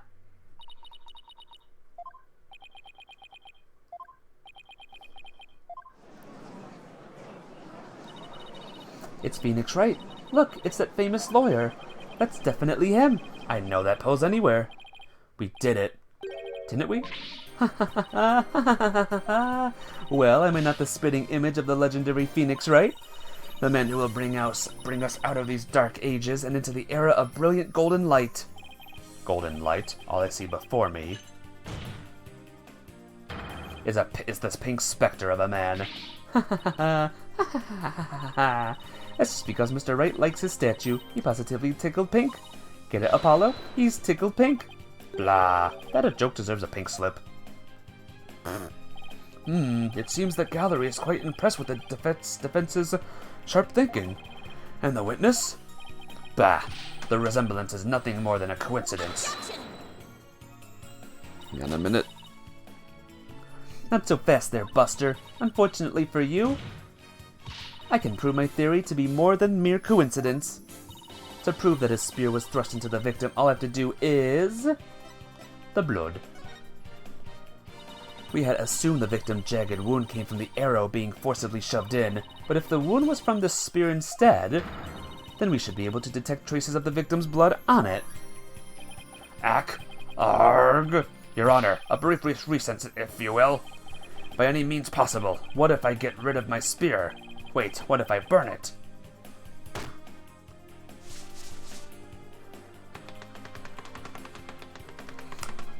What's wrong with a non-guilty verdict? If I do that, I'll be found innocent. Yes, I'm innocent, I tell you. Surely you don't expect us to take lectures from you now. Now, I ask you in the gallery. Help me decide the professor's fate. Bathroom detail? Retake bar exam? 30% salary cut? Dismissal?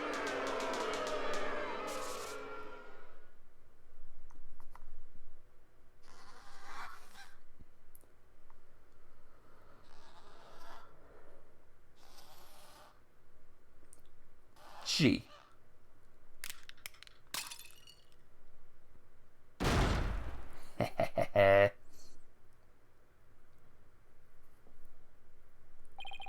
Prosecutor Blackwell, what has become of our witness Aristotle Means? It is as Sykes-Stoner suspected. Blood was detected on his staff. He has admitted to this heinous crime, all of it. G.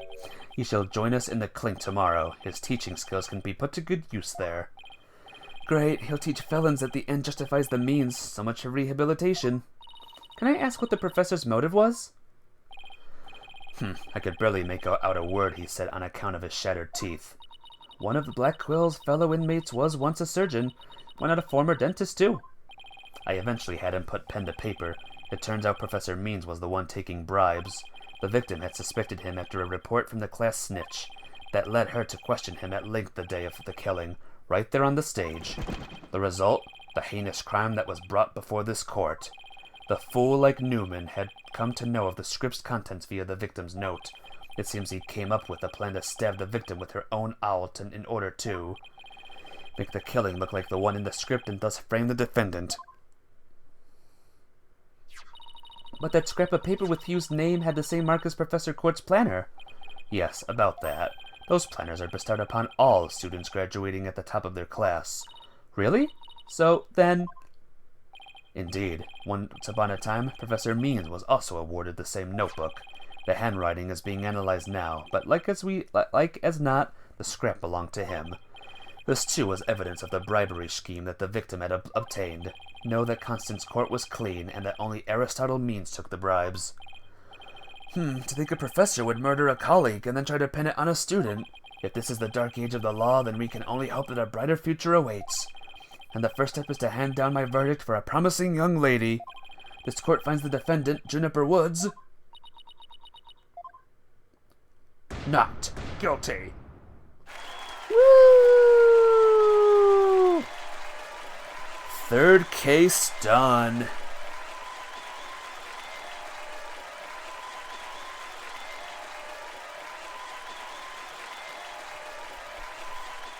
I wish you all the best on your road to becoming a courtroom judge. We will need young people like you, if we ever hope to restore the law to its former glory. Yes, Your Honor. I'll work as hard as I can. Maybe one day I'll be able to work with all of you to make a difference. Proudly serve Professor Court's memory. Do not let her death be in vain. That's the last thing I expected to hear from him today. Court is adjourned. So, you know what I'm gonna ask. On the kill this man list, where is Aristotle Means?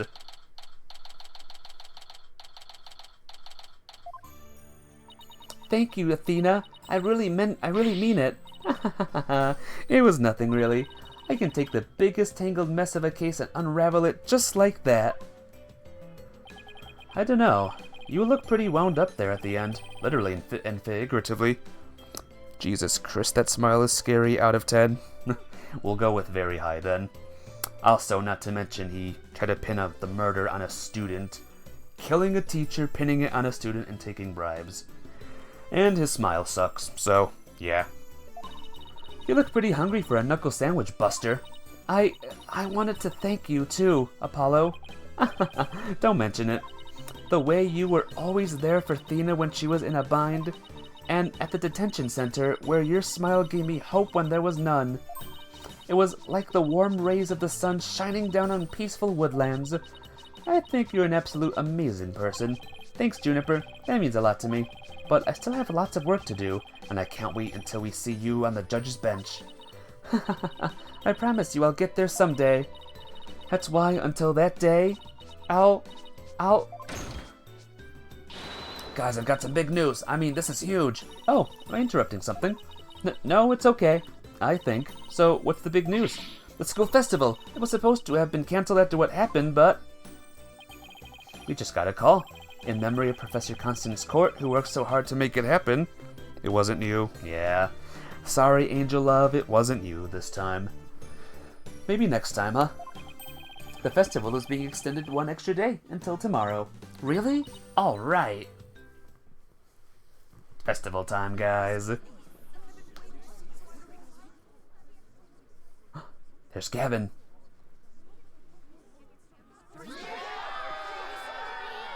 We've got a special treat for all of you. A love letter for Themis Legal Academy. Achtung, baby. It's time for the Guitar Serenade. I got his voice kind of wrong.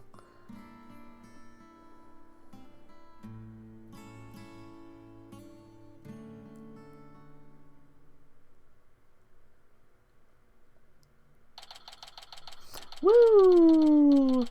Lovely. Wow, that was so much fun. School festivals are amazing. Tee hee hee. I think you and Robin are getting a little carried away. Ah, your singing voice, Juniper. It could melt my H-E-A-R-T. Mr. Wright, thank you for that training seminar. Just remember, the objection pose is all about attitude. Oh, and congrats on your mock trial win, although Robin had you for a while there. I did, didn't I? But I'm just glad we're back to how we used to be, thanks to Athena. It is cool that he can just pop back in like, yeah, I'm a teacher now. The, Phoenix, right? And, you know what? I think I'll stick with becoming a prosecutor after all. I'm going to make up for my mock trial loss by winning the real deals in court. Mock trial loss? What loss? Wait, did they reprise the trial and Hugh won? Level-headed lawyer, course genius, and hot-blooded prosecutor, course student will go head-to-head in a mock trial battle for the she-devil's black heart. So, does this mean it's really gonna happen? Juniper, there's something I've been wanting to say to you. Huh? Oh, is he going to do what I think he is? Juniper, can we still be friends? You know, best friends like we've always been. Huh? Best friends? Hugh, weren't you going to profess your love for Juniper if you won the mock trial? No, I was going to confess that I'm not a genius and that I'm really 25 years old. But you already dragged it out of me during the trial. Whoops! Well, Phoenix too, but Gavin. Oh, Gavin. Gotcha. Listen, Hugh. You too, Robin. Miriam. Me too? Miriam's got this tactical espionage action stuff down to a science. I've been thinking, it's up to us to put an end to the dark age of the law if we can. Let's all work together to usher in a new age where winning only results from the truth, and the end never justifies the means. Count me in. I wouldn't have it any other way. Sis. Best friends forever, huh? No matter what anyone says, nothing beats true friendship. You bet. And what about your BFF, Apollo? Aren't you a bit old to be using that word? But yeah, he's the best friend a guy could have. Which reminds me, we're supposed to meet up and gossip about the new girl in the office. Hey, don't talk about me behind my back. What kind of guy is he anyway? Well, if I had to describe him in one word... And so, after some slight arm-twisting, Apollo promised to bring me to meet his friend. Unfortunately, that promise was never meant to be fulfilled. For not long after, their friendship was mercilessly severed by fate. And the bonds between us began to fray and unravel as well. Sorry, but I'll be taking a leave of absence. Even now, those words continue to ring in my ears. The discord in our ever-cheerful Apollo's voice made him sound so cold and distant. Why, Apollo? Why? Why would you leave us all behind?